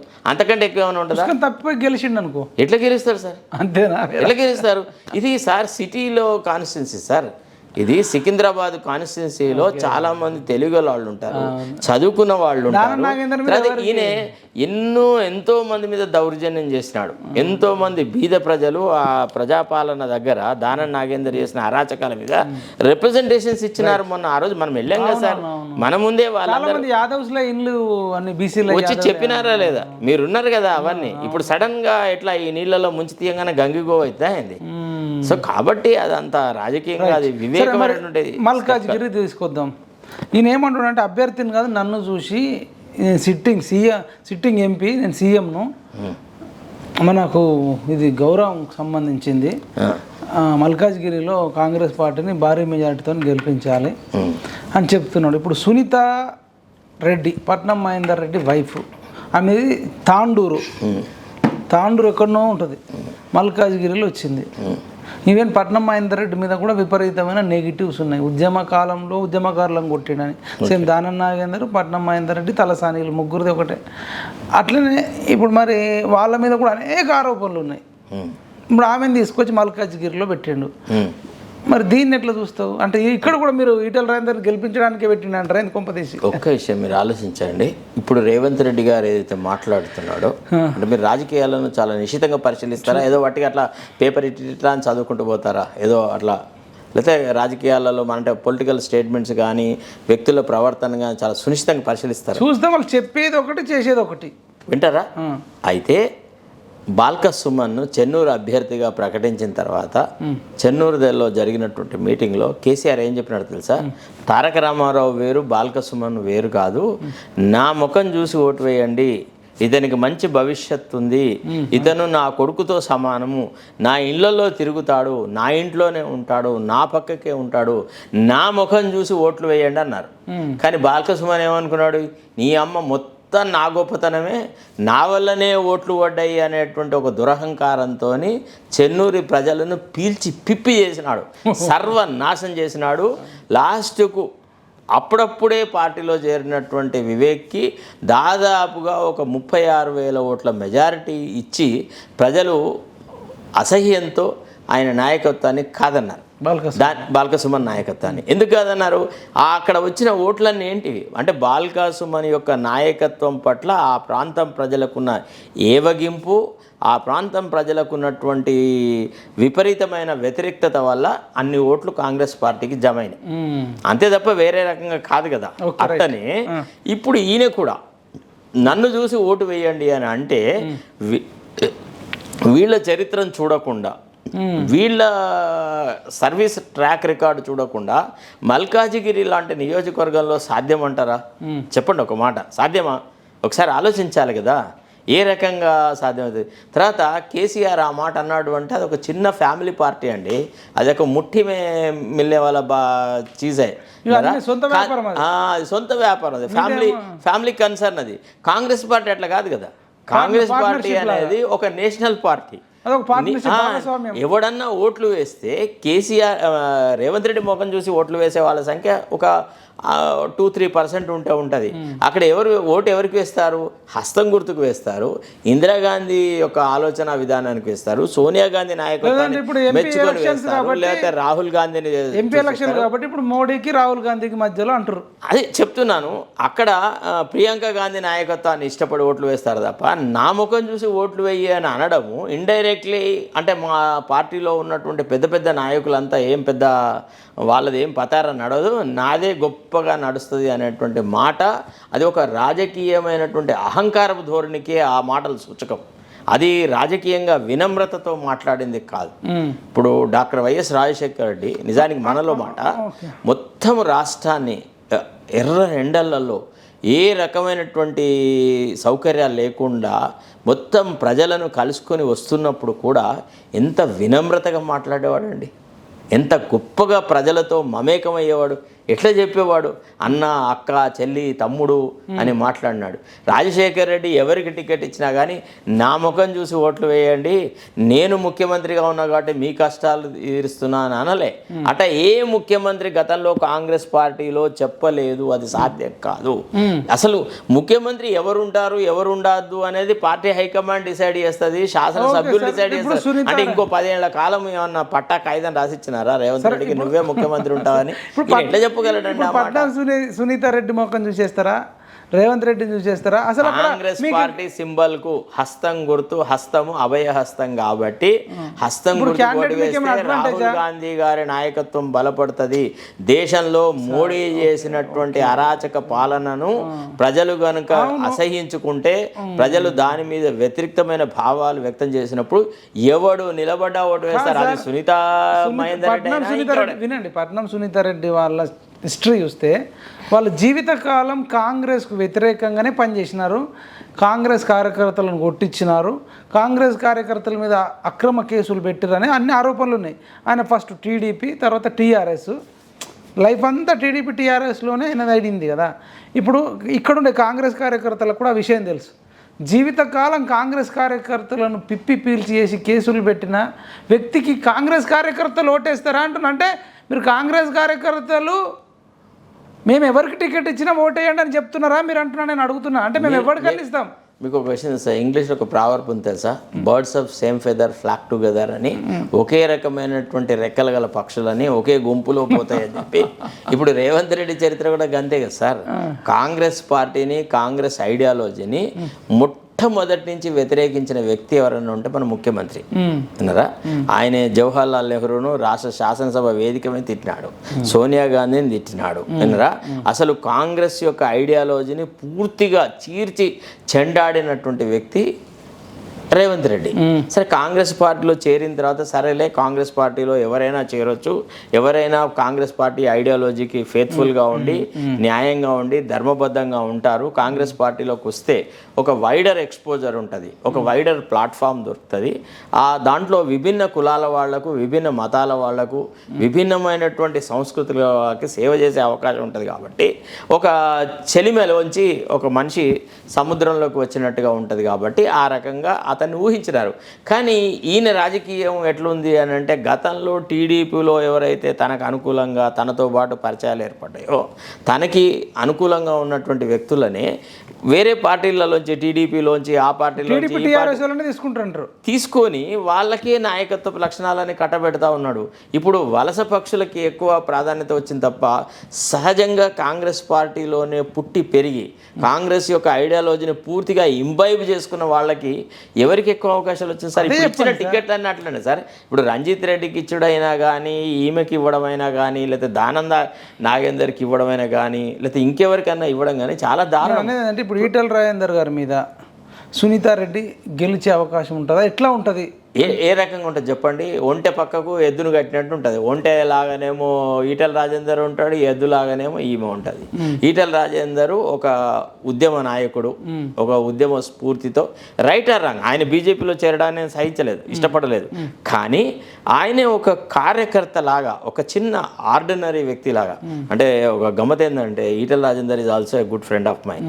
అంటే నేను అడ్వకేట్గా ఉన్నప్పుడే నాకు నా ఫ్రెండ్ ఇంకొతను బక్షి నాయక్ అని ఉంటాడు, వాళ్ళిద్దరు చాలా క్లోజ్ ఫ్రెండ్స్. ఈయన నా ఆఫీస్కి కూడా వచ్చినాడు. నేను ఆయనను చాలా గ్రాస్ రూట్ లెవెల్ నుంచి చూసిన వ్యక్తిని. తెలంగాణ ఉద్యమంలో కేసీఆర్తో మొత్తం కంప్లీట్గా మమేకమై ఉండి ఉద్యమ నేపథ్యం గల వ్యక్తి. ఎన్నో అవకాశాలు వచ్చినా చాలా వినమ్రతగా, ఇంత దురహంకారంగా ఎప్పుడు మాట్లాడాడు. సౌమ్యుడుగా మాట్లాడుతూ ఒక పద్ధతి గల వ్యక్తి, ఒక పొలిటికల్ కల్చర్లో అతను ఒక డెవలప్ అయిన వ్యక్తి. ఇప్పుడు ఆయనతోని ఈమెను పెట్టడము అని అన్నది మరి అసలు అది ఏ రకంగా పార్టీలో అంతకంటే బలమైన. ఇప్పుడు ఎట్లుందంటే, ఇప్పుడు మీరు ఎవరికైనా టికెట్లు ఇవ్వండి, గెలిపించుకొచ్చుకునే బాధ్యత నాది అని కొన్నిసార్లు ముఖ్యమంత్రులు అంటే పార్టీ హైకమాండ్కి వాగ్దానం చేస్తారనమాట. కాంగ్రెస్ పార్టీలో జరిగే ఒక చిన్న ఇన్సిడెంట్ ఎట్లుంటుందంటే, ఒక్కొక్కసారి మనకి ఇప్పుడున్న పరిస్థితుల్లో ఆర్థికం అంటే కాంగ్రెస్ పార్టీ యొక్క ఫండ్స్ అన్నిటిని ఫ్రీజ్ చేసినారు. ఫ్రీజ్ చేయడం వల్ల కాంగ్రెస్ పార్టీ ఈనాడు చాలా ఆర్థికమైన ఇబ్బందుల్లో ఉంది, చాలా సమస్యల్లో ఉంది. అంటే బాగా ఆర్థిక పరిపుష్టితో ఉన్నటువంటి వ్యక్తులు తప్ప మామూలుగా ఓన్లీ కేవలం ఐడియాలజీ పేరు చెప్తేనే ఓట్లు పడే రోజులు ఇవి కాదు. కాబట్టి ప్రజలకి బాగా డబ్బులు ఇచ్చి మద్యం సప్లై చేసి ఇది చేస్తే తప్ప మనకు ఓట్లు రావు అనేటువంటి ఒక ఇంప్రెషన్ ఎత్తి ఇతనికి అధికారం ఉంటేంది ఉండకపోతుంది వాళ్ళ మళ్ళీ డబ్బులన్నీ తీయాలని చూస్తారు కదా. ఇప్పుడు దానం నాగేంద్ర 100 కోట్లు పెడతారు. ఎవడైనా పెట్టుబడి పెట్టినాడు లాభాపేక్షతో పెడతాడా లేదా ఉట్టగానే పెడతాడా?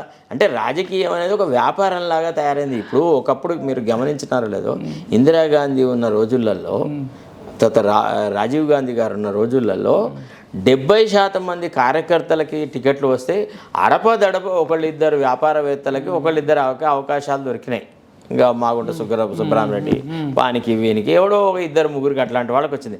వాళ్ళు కూడా కాంగ్రెస్ పార్టీతో టోటల్గా నిమగ్నమై ఉండి వచ్చిన వాళ్ళు కాబట్టి సరే వాళ్ళ వ్యాపారాలతో నిమిత్తం లేకుండా వాళ్ళకి పార్టీలో టికెట్లు ఇవ్వడం జరిగింది. ఇప్పుడు అట్లా కాదు కదా, ఇప్పుడు అంతా కాంట్రాక్టర్లే కదా. ఇప్పుడు where are politicians here, everybody is a contractor here. చివరికి వెళ్దాం. రంజిత్ రెడ్డి మొన్నటిదాకా కాంగ్రెస్ కార్యకర్తలు అంటే రంజిత్ రెడ్డి మీద కొట్లాడిరు. ఈవెన్ రంజిత్ రెడ్డి కూడా వాళ్ళని కొంత కాంగ్రెస్ కార్యకర్తలను ఇబ్బంది పెట్టినారు. నాకు అర్థం కాని విషయం ఏంటంటే రంజిత్ రెడ్డి అంత అందగాడు అని లేదంటే అందగాడు అనద్దు లేదు, రంజిత్ రెడ్డి అంత గొప్ప వ్యక్తి.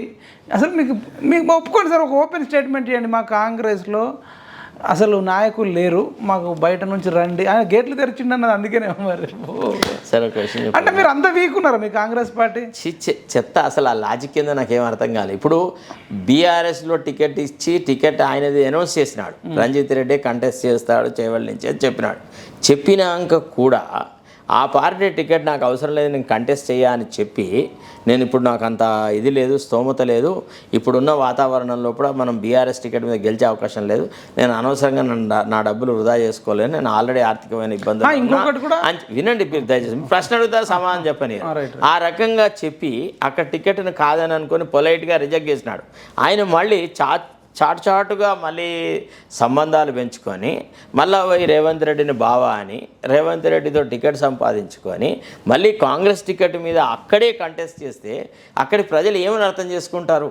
అంటే నువ్వు ఇప్పుడు టీఆర్ఎస్ అనేటువంటి ఒక చెలిమెలో దుంకి బయటికి వస్తేనేమో నీవు గెలవలేవు, బట్ కాంగ్రెస్ లాంటి పార్టీలో చేరి నువ్వు బయటకు వస్తే నీ ముఖం చూసేసి నేను కాంగ్రెస్ నాయకుడు అనుకొని మేము ఓటు వేయాలా అని అంటారా అనరా? అంటే indirectly it is helping Vishweshwar Reddy to win the seat. నా ఉద్దేశంలో అంటే నేను ఆలోచిస్తున్న మేరకు ఏంటంటే ఎక్కువ శాతం బీజేపీ వ్యక్తులను గెలుపు కోసమనే ఈ రకమైనటువంటి తప్పుడు నిర్ణయాలు జరుగుతున్నాయేమో అనేటువంటి ఒక బాధ నాలో ఉంది. అసలు కాంగ్రెస్ యొక్క మూల సిద్ధాంతాలు, కాంగ్రెస్ పార్టీ ఈ రాష్ట్రంలో ఎక్కువ సీట్లు సంపాదించాలా, ఎక్కువ సీట్లు గెలవాలా అనేటువంటి ఆలోచన మరి మా ముఖ్యమంత్రికి ఉందా లేదా, మరి మా పిసిసి అధ్యక్షుడు ఏం ఆలోచిస్తారు నాకు ఏం అర్థమవుతలేదు. ఇప్పుడు ఇట్లాంటి అవకాశాలను తీసుకువచ్చేసేసి వీళ్ళ ద్వారా ఎట్లా, ఇప్పుడు అట్లా కాదండి, జూదంలో ధర్మరాజు ఒక పక్షంలో ఉన్నాడు, శకుని ఒక పక్షంలో ఉన్నాడు. సో శకుని ఆడినటువంటి జూదాన్ని మాయాజూదం అన్నారు. ఇద్దరు శకునులే ఆడితే దాన్ని మాయాజూదం అంటారా? ఇప్పుడు చెప్పండి ఒక మాట, మాయాజూదం అంటారా? ఇప్పుడు ఇద్దరు అటనే తయారైనారు కదా, ఒకే రకమైనటువంటి ఆలోచనలు ఉన్నారు కదా. ఇప్పుడు ఎట్లయితే ఆయనేమో ఇప్పుడు రాజకీయాలలో ఇప్పుడు వ్యవసాయంలో కూడా కష్టపడి దున్ని విత్తనాలు నాటి మొలకెత్తి పంటను కాపాడి తర్వాత నూర్చుకునే విధానం లేదు. నువ్వు మొత్తం కల్టివేట్ చేయు, లాస్ట్కు నేను వచ్చి పంటను నూర్చుకొని పోతా అనే టైప్ ఆఫ్ రాజకీయాలు వచ్చేసినాయి అనమాట. అంతే దారుణం అయిపోయింది. అన్ని పార్టీలు కంటే దరిద్రమైనవి. ఇప్పుడు బీజేపీ వాళ్ళు ఏం చేసినారు సార్, వాళ్ళు కూడా అన్ని పార్టీలలో ఉన్న వాళ్ళను ముఖ్యంగా బీఆర్ఎస్ నాయకులు అందరినీ వాళ్ళ అందుకనే తెలంగాణలో కాంగ్రెస్ పార్టీని గెలిపించారు. గెలిపించిన వాళ్ళు మీరన్నా కొంచెం సరే కొంత సార్ ఇప్పుడు సరే తీసుకున్నారు, ఓడిపోయిన వాళ్ళని తీసుకున్నారంటే మీనింగ్ ఉంది. లేదంటే ఇంకోటి మీకు అవసరం లేదు, పార్టీకి మస్తు మంది ఉన్నారు కదా, మీది ఏమన్నా చిన్న పార్టీ చితక పార్టీ సరే అది పక్కన పెడదాం. కానీ చేవెళ్ళలో ఇప్పుడు రంజిత్ రెడ్డి ఫేస్, తర్వాత కొండ విశ్వేశ్వరరెడ్డి ఫేస్, అంటే చేవెళ్ళలో ఎవరిని ఎక్కువ యాక్సెప్ట్ చేసే ఛాన్స్ ఉంటుంది? రంజిత్ రెడ్డి అయితే కరీంనగర్ నుంచి వచ్చిండ అంటారు, నిజమో కదా తెలియదు. రాజకీయాలకు అతీతంగా మాట్లాడితే రాజకీయం అనేటువంటి విషయాన్ని పక్కకు పెడితే ప్రజలు కూడా మనిషిని కూడా చూస్తారు. ఏంటంటే ఎవరైనా చూస్తారు, వాళ్ళే కాదు ఎవరైనా చూస్తారు. వినాలి రాజకీయాలతో సంబంధం లేకుండా ఇద్దరు వ్యక్తుల మధ్య కనుక వ్యత్యాసం చూడాలన్నప్పుడు కొండా విశ్వేశ్వరరెడ్డిని ఎక్కువ మంది ఇష్టపడతారు. ఆయన నీతి పట్లను, ఆయన ధర్మం పట్లను, ఆయన మృదు స్వభావం పట్లను, ఆయన చేస్తున్నటువంటి ఒక నిరంతరమైనటువంటి పోరాటాన్ని ఆలోచించి ఆయన పట్లనే అట్రాక్ట్ అవుతారు.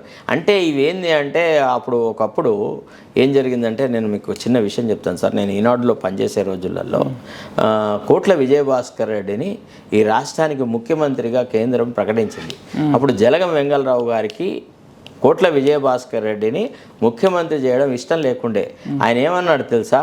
బంగారు పళ్ళరంలో అధికారాన్ని పెట్టి ఎన్టీ రామారావుకి ఇవ్వడానికి విజయభాస్కర్ రెడ్డిని ముఖ్యమంత్రి చేశారని ఆనాడే వెంగళరావు చెప్పినాడు. అది అన్నట్టుగానే అత్యద్భుతమైనటువంటి మెజారిటీతో 1994లో ఎన్టీ రామారావు గారు వచ్చినారు. అంటే నేను అనేది ఏంటంటే, కొన్ని రాజకీయంగా ఇటువంటి ఆత్మహత్యలే ఉంటాయి, హత్యలు ఉండవు. ఒక పార్టీ, ఒక 110 సంవత్సరాల మ్యాచ్యూరిటీ గల పార్టీలో ఇట్లాంటి తప్పిదాలు అనేవి క్షమార్హం కాదు. వీటి ప్రజలు హర్షించరు. అంటే ఈ అవకాశవాద రాజకీయాలను సహజంగా చదువుకున్నవాడెవడు, తెలియగలవాడెవడు, ఏమాత్రమైన నీతి నిజాయితీ ఉన్నవాడెవడు కూడా ఇట్లాంటి అవకాశవాద రాజకీయాలని హర్షించడు సార్. ఇది ఒక రకంగా పార్టీకి చేటు చేస్తుంది.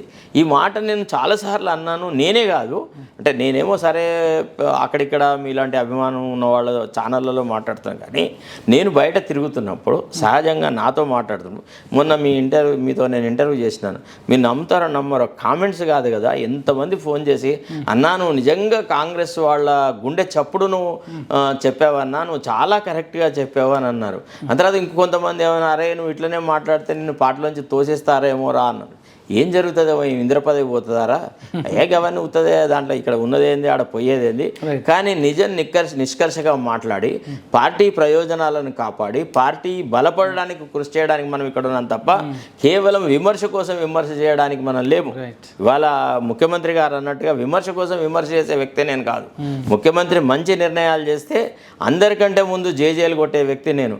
కానీ ముఖ్యమంత్రి గారు కేంద్ర నాయకత్వాన్ని తప్పుతో పట్టించి ఇట్లాంటి అవకాశవాదులకు టికెట్లు ఇప్పిస్తే తప్పకుండా ఆయన నిర్ణయాలు వ్యతిరేకిస్తా. సార్, ఇంకొక ముఖ్యమైన విషయం చెప్పాలి సార్. ఇవాళ మా సంతోష్, మా నాగర్ కర్నూల్ టికెట్ విషయంలో కూడా అతనికి జరిగినటువంటి ఇది కూడా చాలా అన్యాయం సార్. విన్నారా? సంపత్ కుమార్కి టికెట్ ఇవ్వాల్సింది. నేను సంతోష్ అన్నాను తప్పు. సంపత్ అతను కోమటిరెడ్డి వెంకటరెడ్డి, అంటే నేను అప్పుడు గవర్నమెంట్ పీడర్ని. అసలు ఏ రకంగా అయితే వాళ్ళిద్దరు శాసనసభ సభ్యత్వాన్ని రద్దు చేయించేసేసి వాళ్ళు కేసులు పెట్టడము, దాని మీద కంటెంప్ట్లు వేయడము, తర్వాత పోలీస్ ఆఫీసర్ల మీద కంటెంప్ట్ కేసులు బుక్ అవడం, ఆ కేసులు నేను ఫైట్ చేస్తున్నా. I myself I appeared for different persons over there on way of the government. కానీ నేను ఆ రోజుల్లో అనుకున్నాను, అరే సంపత్కి అన్యాయం జరుగుతుంది, ఇది చాలా దారుణమైనది, ఇది ఎందుకు అసలు అంటే ప్రతిపక్షాన్ని రవ్వంతా కూడా ఓర్వని నీచమైన స్వభావం కేసీఆర్కి ఎందుకు అని నేను బాధపడేవాడిని. ఇవాళ కూడా అసలు పోనీ ఆ పార్టీలో అన్యాయం జరిగిందంటే ఈ పార్టీలో కూడా ఆయనకు అన్యాయం జరుగుతుంది. ఇప్పుడు నాగర్ కర్నూలు టికెట్ ఆయనకి ఎందుకు ఇవ్వరు సార్? మాదిగ సామాజిక వర్గానికి చాలా అన్యాయం జరుగుతుంది. నాకు అదొక చాలా పెద్ద ఆవేదన ఉంది. అంటే ఎక్కువ జనాభా ఉన్నటువంటి వర్గం మాదిగలు.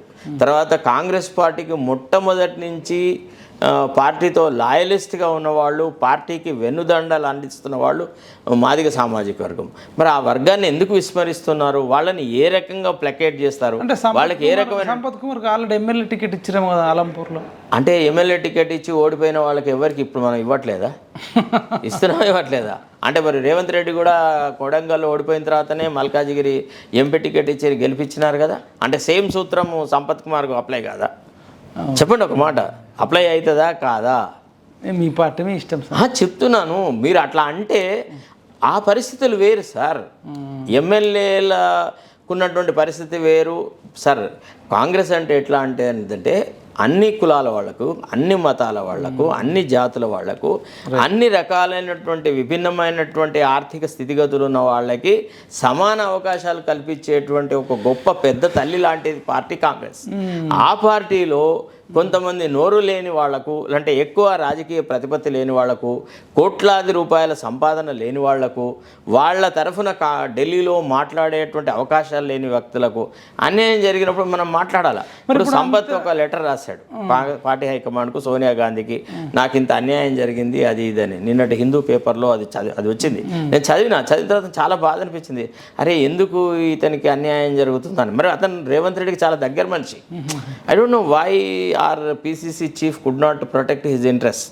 ఇప్పుడు ఆల్రెడీ ఎవరు అడగకున్నా కానీ మల్లు రవి గారికి అక్కడ కేంద్రంలో ఒక పదవి ఇచ్చినారు, క్యాబినెట్ హోదాతో ఉన్నటువంటి పదవి ఇచ్చినారు.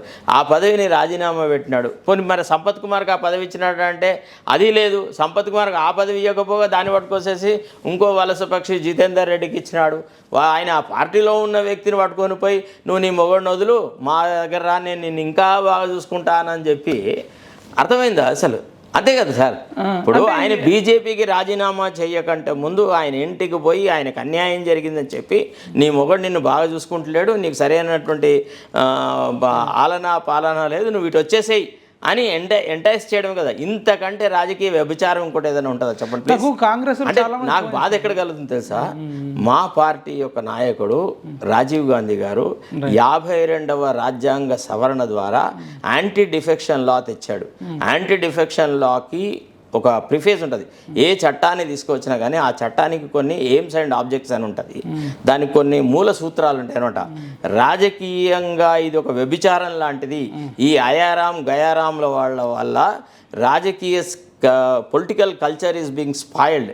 We should encourage discipline, we should encourage hard work, we should encourage honesty in political parties అనేటువంటి ఉద్దేశంతో తీసుకువస్తామని చెప్పిన పార్టీ మా పార్టీ. యాంటీ డిఫెక్షన్ లా తీసుకొచ్చిన పార్టీ మాది.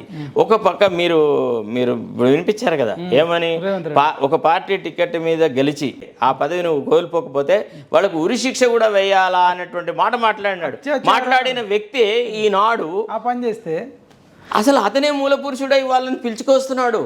అంటే గేట్లు తెరిచింది అంటున్నా. అరే ఏం గేట్లు తెరచుడు సార్, ఇదంతా ఒక ఎట్లుంటుంది అంటే దీని చాలా అంటే చాలా బాధాకరం. ఇప్పుడు దీనివల్ల పార్టీకి ఎంత నష్టం అంటే పార్లమెంట్ ఎన్నికల తర్వాత తెలుస్తుంది సార్. కాదు, కేసీఆర్ పుసుక నీళ్ళందరినీ కొంటాడేమో భయంతో కొంటున్నాడు. ఎవరిని కొంటాడు, ఎక్కడ కొంటాడు, ఏ కాంగ్రెస్ నాయకుడిని కొంటాడు సార్ చెప్పండి. మీరు చాలా చాలా చీప్గా మాట్లాడకండి. నేను సార్ మా Hindu party I remain there.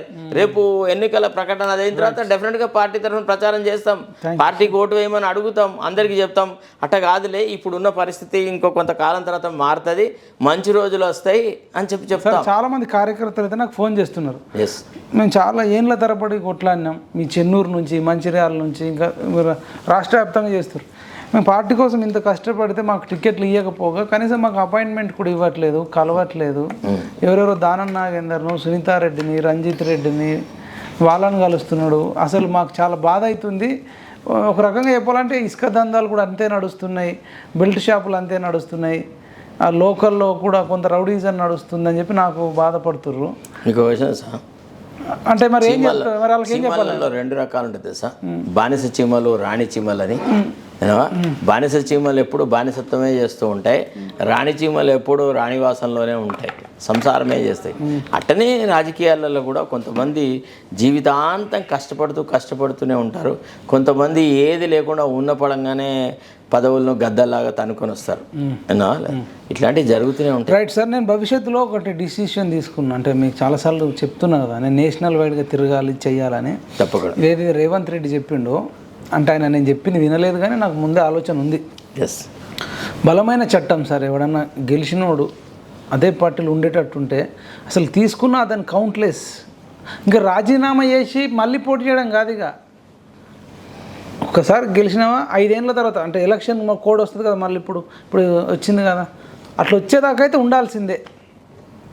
తర్వాత ఇంకోటి ఏంటంటే సార్, అట్లాంటి చట్టం కోసం మనం ట్రై చేస్తే కొంత నైతిక విలువలు ఉండాలి సార్. నైతిక విలువలు ఇలా ఉండవు సార్. మీరుగా ఇప్పుడు సముద్రంలో మంచి నీళ్లను,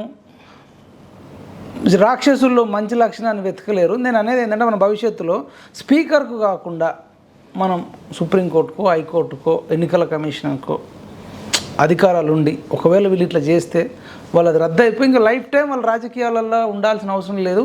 అట్లాంటి కొన్ని ఆలోచించి అట్లాంటి చట్టం కోసం ట్రై ఒక విషయం చెప్పండి సార్, ఇక ఎట్లా తయారైందంటే రాజకీయాలలో చదువుకున్న వాళ్ళ అవకాశం వదిలే, చదువులేని వాళ్ళు. అందుకనే సార్ మన చట్టం చాలా దరిద్రం సార్. ఇప్పుడు నేను ఒక చిన్న ఇన్సిడెంట్ మీకు చెప్తాను. జయప్రకాష్ నారాయణ గారు ఉన్నారు, ఆయన ఎన్ని ప్రవచనాలు చెప్తారు సార్. అసలు రాజకీయాల్లో అట్లుండాలి, ఇట్లుండాలి, డీసెంట్రలైజేషన్ జరగాలంటాడు, మారల్ వాల్యూస్ ఉండాలంటాడు, డిసిప్లిన్ ఉండాలంటాడు, రకరకాలు మాట్లాడతారు. మాట్లాడి మళ్ళీ ఏమన్నాడు సార్, నేను చంద్రబాబు నాయుడు, తర్వాత బీజేపీ, తర్వాత పవన్ కళ్యాణ్ పార్టీ, జనసేన, ఈ మూడి కంబైన్కి నేను సపోర్ట్ చేస్తున్నాడు. చంద్రబాబు నాయుడు ఏం చేస్తున్నాడు సార్? ఇప్పుడు ఏం చేసినాడు? ఎంతమంది వైఎస్ఆర్సీపీ పార్టీలో ఉన్న నాయకులందరినీ తన పార్టీలో చేర్చుకొని వాళ్లకు టికెట్లు ఇచ్చి వాళ్ళ పార్టీ నాయకులందరినీ బొందముంచుతున్నాడా లేదా? మరి అది ఆయనకు నచ్చిందా? దాని మీద ఆయన ఏం అభిప్రాయం వ్యక్తం చేస్తాడు? అంటే నేను అనేది ఏంటంటే the intellectuals have become enemies of the society. Okay sir, నేను అనేది అంటే వాళ్ళని ఫర్గెట్ అబౌట్ హిమ్, వాళ్ళ వైఫ్స్ అయిపోయింది, వాళ్ళ పని అయిపోయింది, అంటే వాళ్ళు ఇక మంచి వచ్చాడో చేసారో అయిపోయింది. ఇప్పుడు మనం చేద్దాం కొత్తగా ఈ చట్టంలో మార్పుల కోసం. ఎస్, డెఫినెట్లీ దేశం అంటే కొంత మోరల్ ఎడ్యుకేట్ చేద్దాం సార్. మోరల్స్ ఉండవు సార్, మనం రాజకీయ పార్టీల మీద ఒత్తిడి తెద్దాం. ఫస్ట్ కాంగ్రెస్ పార్టీ మీదనే తెద్దాం.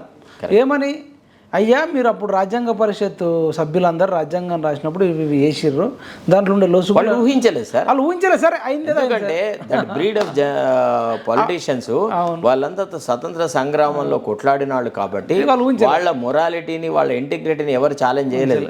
అంటే రాజకీయ వ్యవస్థ ఇంత పతనావస్థకు వస్తుందని ఊహించలేదు కదా. పూటకొక్క పార్టీ మారుతారని ఊహించలేదు కదా. మరి వాళ్ళు కూడా ఒకటి ఏం రాశారంటే రాజ్యాంగంలో, మీ కాలానుగుణంగా మార్పులు చేర్పులు చేసుకోండి అన్నారు. చేశారు కదా. ఇంకా రాజీవ్ గాంధీ సార్, ఇంకా చేయాలి సార్, సరిపోదు సార్. రాజీవ్ గాంధీ గారు చెప్పింది ఎవరు చేయట్లేదు ఇక్కడ. స్పీకర్ ఏం చేస్తుండంటే ఏ పార్టీ అధికారంలో ఉంటే ఆ పార్టీకి వాళ్ళ సీఎంఓ వాళ్ళ క్యాబినెట్ చెప్పినట్టు వింటున్నారు. అది కాదు పోదు. మరి మనం ఇంకా అనేక చట్టాలు వచ్చినాయి కదా దేశంలో, ఇది ఒక్కటి చేస్తే అయిపోతుంది కదా. మనం చిన్న సార్ రాంగ్ రూట్లో పోతే తీసుకుపోయి ఇప్పుడు ట్రాఫిక్ కానిస్టేబుల్ బండి సీజ్ చేస్తారు, లోపటేస్తారు. దానివల్ల నష్టం ఒక ఇద్దరికో ముగ్గురికో యాక్సిడెంట్ అవుతుంది. కానీ వీళ్ళు ఇప్పుడు రాంగ్ రూట్లో పోతే, ఈ wrong route political wrong route punishment ఉండాలి కదా. డెఫినెట్లీ ఉండాలి. ఇప్పుడు డ్రంక్ అండ్ డ్రైవ్ చేస్తే దీనికి ఎలక్టర్సే, ఓటర్లే సరి అయిన గుణపాఠం సార్. డ్రంక్ అండ్ డ్రైవ్ చేస్తే పుల్ల పెడతారు. తప్పు చేసినావు, తాగి నడిపియొద్దు అంటున్నావు. అవును, తాగి నడిపించుడు తప్పే. వాడు తాగి నడిపించడం వల్ల యాక్సిడెంట్ అయితే 4-5 వస్తారు. కానీ వీడు పార్టీ మారడం వల్ల రాజకీయ నాయకుడు గెలిచినోడు ప్రజాస్వామ్యం మొత్తం కుప్పకూలిపోతుంది. యాక్సిడెంట్ అందరికీ అవుతుంది అదే కదా సార్. ఓటర్ల అభిప్రాయాన్ని, ఓటర్ల విశ్వసనీయతను మార్కెటింగ్ చేసుకోవడం సార్. అంటే ఆ నియోజకవర్గంలో ఈ వ్యక్తిని, ఈ పార్టీ సింబల్ నమ్మి వేసిన ఓట్లను వీడు వచ్చేసేసి అంగట్లో అమ్ముతున్నాడు సార్. మరి ఏంటది? ఇది చాలా ఇది పరమ దరిద్రపు రాజకీయ సంస్కృతి. మితిమీరిన స్వేచ్ఛ రాజకీయ నాయకులకు అవసరం లేదు. పోటీ చేస్తే చెయ్యని, లేకపోతే లేదు. లైక్ ఇన్ యుఎస్, యూకే లాగా పార్టీ మారుతారా అసలు? ఈ మార్పులు ప్రపంచ చరిత్ర లేదు సార్, ఏ దేశంలో లేదు ఈ పరిస్థితి. అడ్వకేట్ అంతా అసలు ఏంటంటే పాకిస్తాన్లో ఏ రకమైన పొలిటికల్ కల్చర్ వస్తుందో అదే రాజకీయ కల్చర్ పక్క రాష్ట్రంలో, పక్క దేశంలో మనకి స్ప్రెడ్ అవుతుంది. అందుకనే ఇప్పుడు రేవంత్ రెడ్డి గారు నేను తీసుకోను, ప్రభుత్వం కూల్చినా సరే, ఒకవేళ కేసీఆర్ కూలిస్తే ప్రజలే బుద్ధి చెప్తా సార్. మీరు ఇంకొకసారి ఆ మాట ప్రభుత్వం కూల్తుందని, కూల్చేస్తారని అంటే నేను అనట్లేదు సార్. మీకు చెప్పన్నా, ఇంకొక జేజమ్మ రావాలా కాంగ్రెస్ ప్రభుత్వాన్ని ఈ రాష్ట్రంలో కూల్చడానికి? మోడీ కాదు, ఒక 100 మంది మోడీలు వచ్చినా కానీ కాంగ్రెస్ ప్రభుత్వం కూల్చలేరు. కాకపోతే ఏంటంటే ఇంటి దొంగలు ఉంటే, ఎవరైనా అట్లాంటి వ్యవహారాలు చేస్తే వాళ్ళని కూడా ఈసారి ప్రజలు ఒప్పుకోరు. మీరు గమనించండి దయచేసి. గతంలో 12 మంది ఎమ్మెల్యేలు ఎట్లా వాళ్ళు పార్టీ మారినారు, ఎట్లా మనగలిగినారో తెలియదు. కానీ ఇప్పుడున్న ఎమ్మెల్యేలు కనుక పార్టీ మారితే మళ్ళీ వాడెవడు నియోజకవర్గానికి వచ్చే అవకాశం ఉండదు సార్. ఎందుకంటే పార్టీ తరఫున కొట్లాడిన వాళ్ళందరూ చాలా నిబద్ధత తోని కొట్లాడిన వ్యక్తులు మేము ఉన్నాం. ఒకవేళ మా నియోజకవర్గాలలో ఎక్కడైనా, మా చుట్టుపక్కల ప్రాంతాల్లో ఎవడన్నా పార్టీ మారితే వాడు మళ్ళా నియోజకవర్గం వస్తాడా సార్? ఇక బలవంతంగా ఆపడం అది కష్టం. బలవంతంగా సార్ అసలు రాని సార్. మీకు ఒక చెప్పన్నా, ఇప్పుడు ఒక మనిషికి వాల్యూ, ఇప్పుడు ఫర్ ఎగ్జాంపుల్ మీ దగ్గర 10,000 రూపాయల నోట్ ఉంది అనుకోండి, అది డిమానిటైజేషన్లో దాని వాల్యూ పడిపోతే దాన్ని ఏం చేసుకుని సార్? అది కాగితం ముక్కతో సమానం. అంటే నీకు ఆ నియోజకవర్గంలోకి ఎంటరే కాలేని పరిస్థితి ఉంటే, అక్కడ నువ్వేం పీకలేకపోతే నీకేం వాల్యూ ఉంటుంది సార్? సరే అట్టనే ఇప్పుడు కాంగ్రెస్ కార్యకర్తలు పార్టీలు మారుతానంటే శాసనసభ్యుల్ని కానీ ఎంపీలను కానీ క్షమించే స్థితిలో లేరు సార్. అదొకటి ఓకే, మీ నైతిక విలువలు ఎమోషన్స్ గురించి మీరు చెప్తున్నారు, అది ఓకే, నేను కాదనట్లే. కానీ భవిష్యత్తులో మాత్రం ఒకటి బలమైన చట్టం చేసుకుంటేనే బాగుంటుంది సార్. ఆ దిశగా మీ కాంగ్రెస్ పార్టీ ముందడుగు వేయండి. నేను ఒక సంఘం పెట్టి నడిపిస్తా, ఫస్ట్ మీ మీద ఒత్తిడి తెస్తా. ఎందుకంటే మీకు ఒక విషయం చెప్పన్నా, ఈ పార్లమెంట్ ఎన్నికల తర్వాత నాయకులకు మళ్ళీ మంచి మంచి అవకాశాలు వస్తాయి. ఇప్పుడు జరుగుతున్న ఈ టెంపరీగా ఈ ఫేజ్లో జరుగుతున్నటువంటి విషయాలను చూసి పార్టీ కార్యకర్తలు ఎవరు నిరాశ నిస్పృహలు చెందాల్సిన అవసరం లేదు. తప్పకుండా మనం మన స్థాయిలో కొట్లాడదాము, రాజకీయమైన పొలిటికల్ కల్చర్ని డెవలప్ చేద్దాము, మంచి వ్యక్తులకి అవకాశాలు రప్పించడానికి కృషి చేద్దామని నేను మీ ద్వారా మా కార్యకర్తలకు మనవి చేస్తాను సార్. ఎవరో ఒకళ్ళిద్దరి మీద జరిగినటువంటి అసంతృప్తిని పార్టీకి అంటగట్టి పార్టీకి అన్యాయం చేయొద్దనేది నా ఆలోచన sir. Thank you sir, thank you so much sir. ఇదండి అడ్వకేట్ శరత్ కుమార్ సార్తో సంచలన ఇంటర్వ్యూ. ఇది ఇట్లా జరుగుతుంది. అసలు కాంగ్రెస్ కార్యకర్తలు అయితే చాలామంది బాధపడుతున్నారు. అసలు ఎవడెవరినో తీసుకొచ్చి ఇస్తున్నారు అంటున్నారు. ఇప్పుడు ఖైరతాబాద్లో ఓడిపోయిన విజయరెడ్డి ఉంది, పీజేఆర్ కూతురు, ఆమెకైనా సికింద్రాబాద్ ఎంపీ టికెట్ ఇవ్వచ్చు. కానీ ఆమెకి ఇవ్వకుండా ఆల్రెడీ ఎమ్మెల్యే గెలిచినోడికి ఇవ్వడం అంటే మరి కాంగ్రెస్ కార్యకర్తలు ఎట్లా పనిచేస్తారో చూద్దాం. అదేవిధంగా మల్కాజ్గిరిలో కూడా అనేక మంది ఉన్నారు. ఇప్పుడు సామా రామ్మోహన్ రెడ్డి కానీ, తర్వాత ఇంకా కాంగ్రెస్ కార్యకర్తలే చాలామంది, ఒకటి కాదు దాంట్లో ఓడిపోయిన ఎమ్మెల్యేలు కూడా ఉన్నారు, ఇంకా అనేక మంది ఉన్నారు. వాళ్ళందరినీ కాదని చెప్పేసి పట్నం సునీత రెడ్డి, విక్రమ్ గౌడ్ ఉండే అసలు సికింద్రాబాద్ ప్రాంతాల నుంచి అసలు ఆయన రాజ్యసభ పంపించినందుకు ఆ యువకుడికి పోరాట పటిమ ఉన్నది.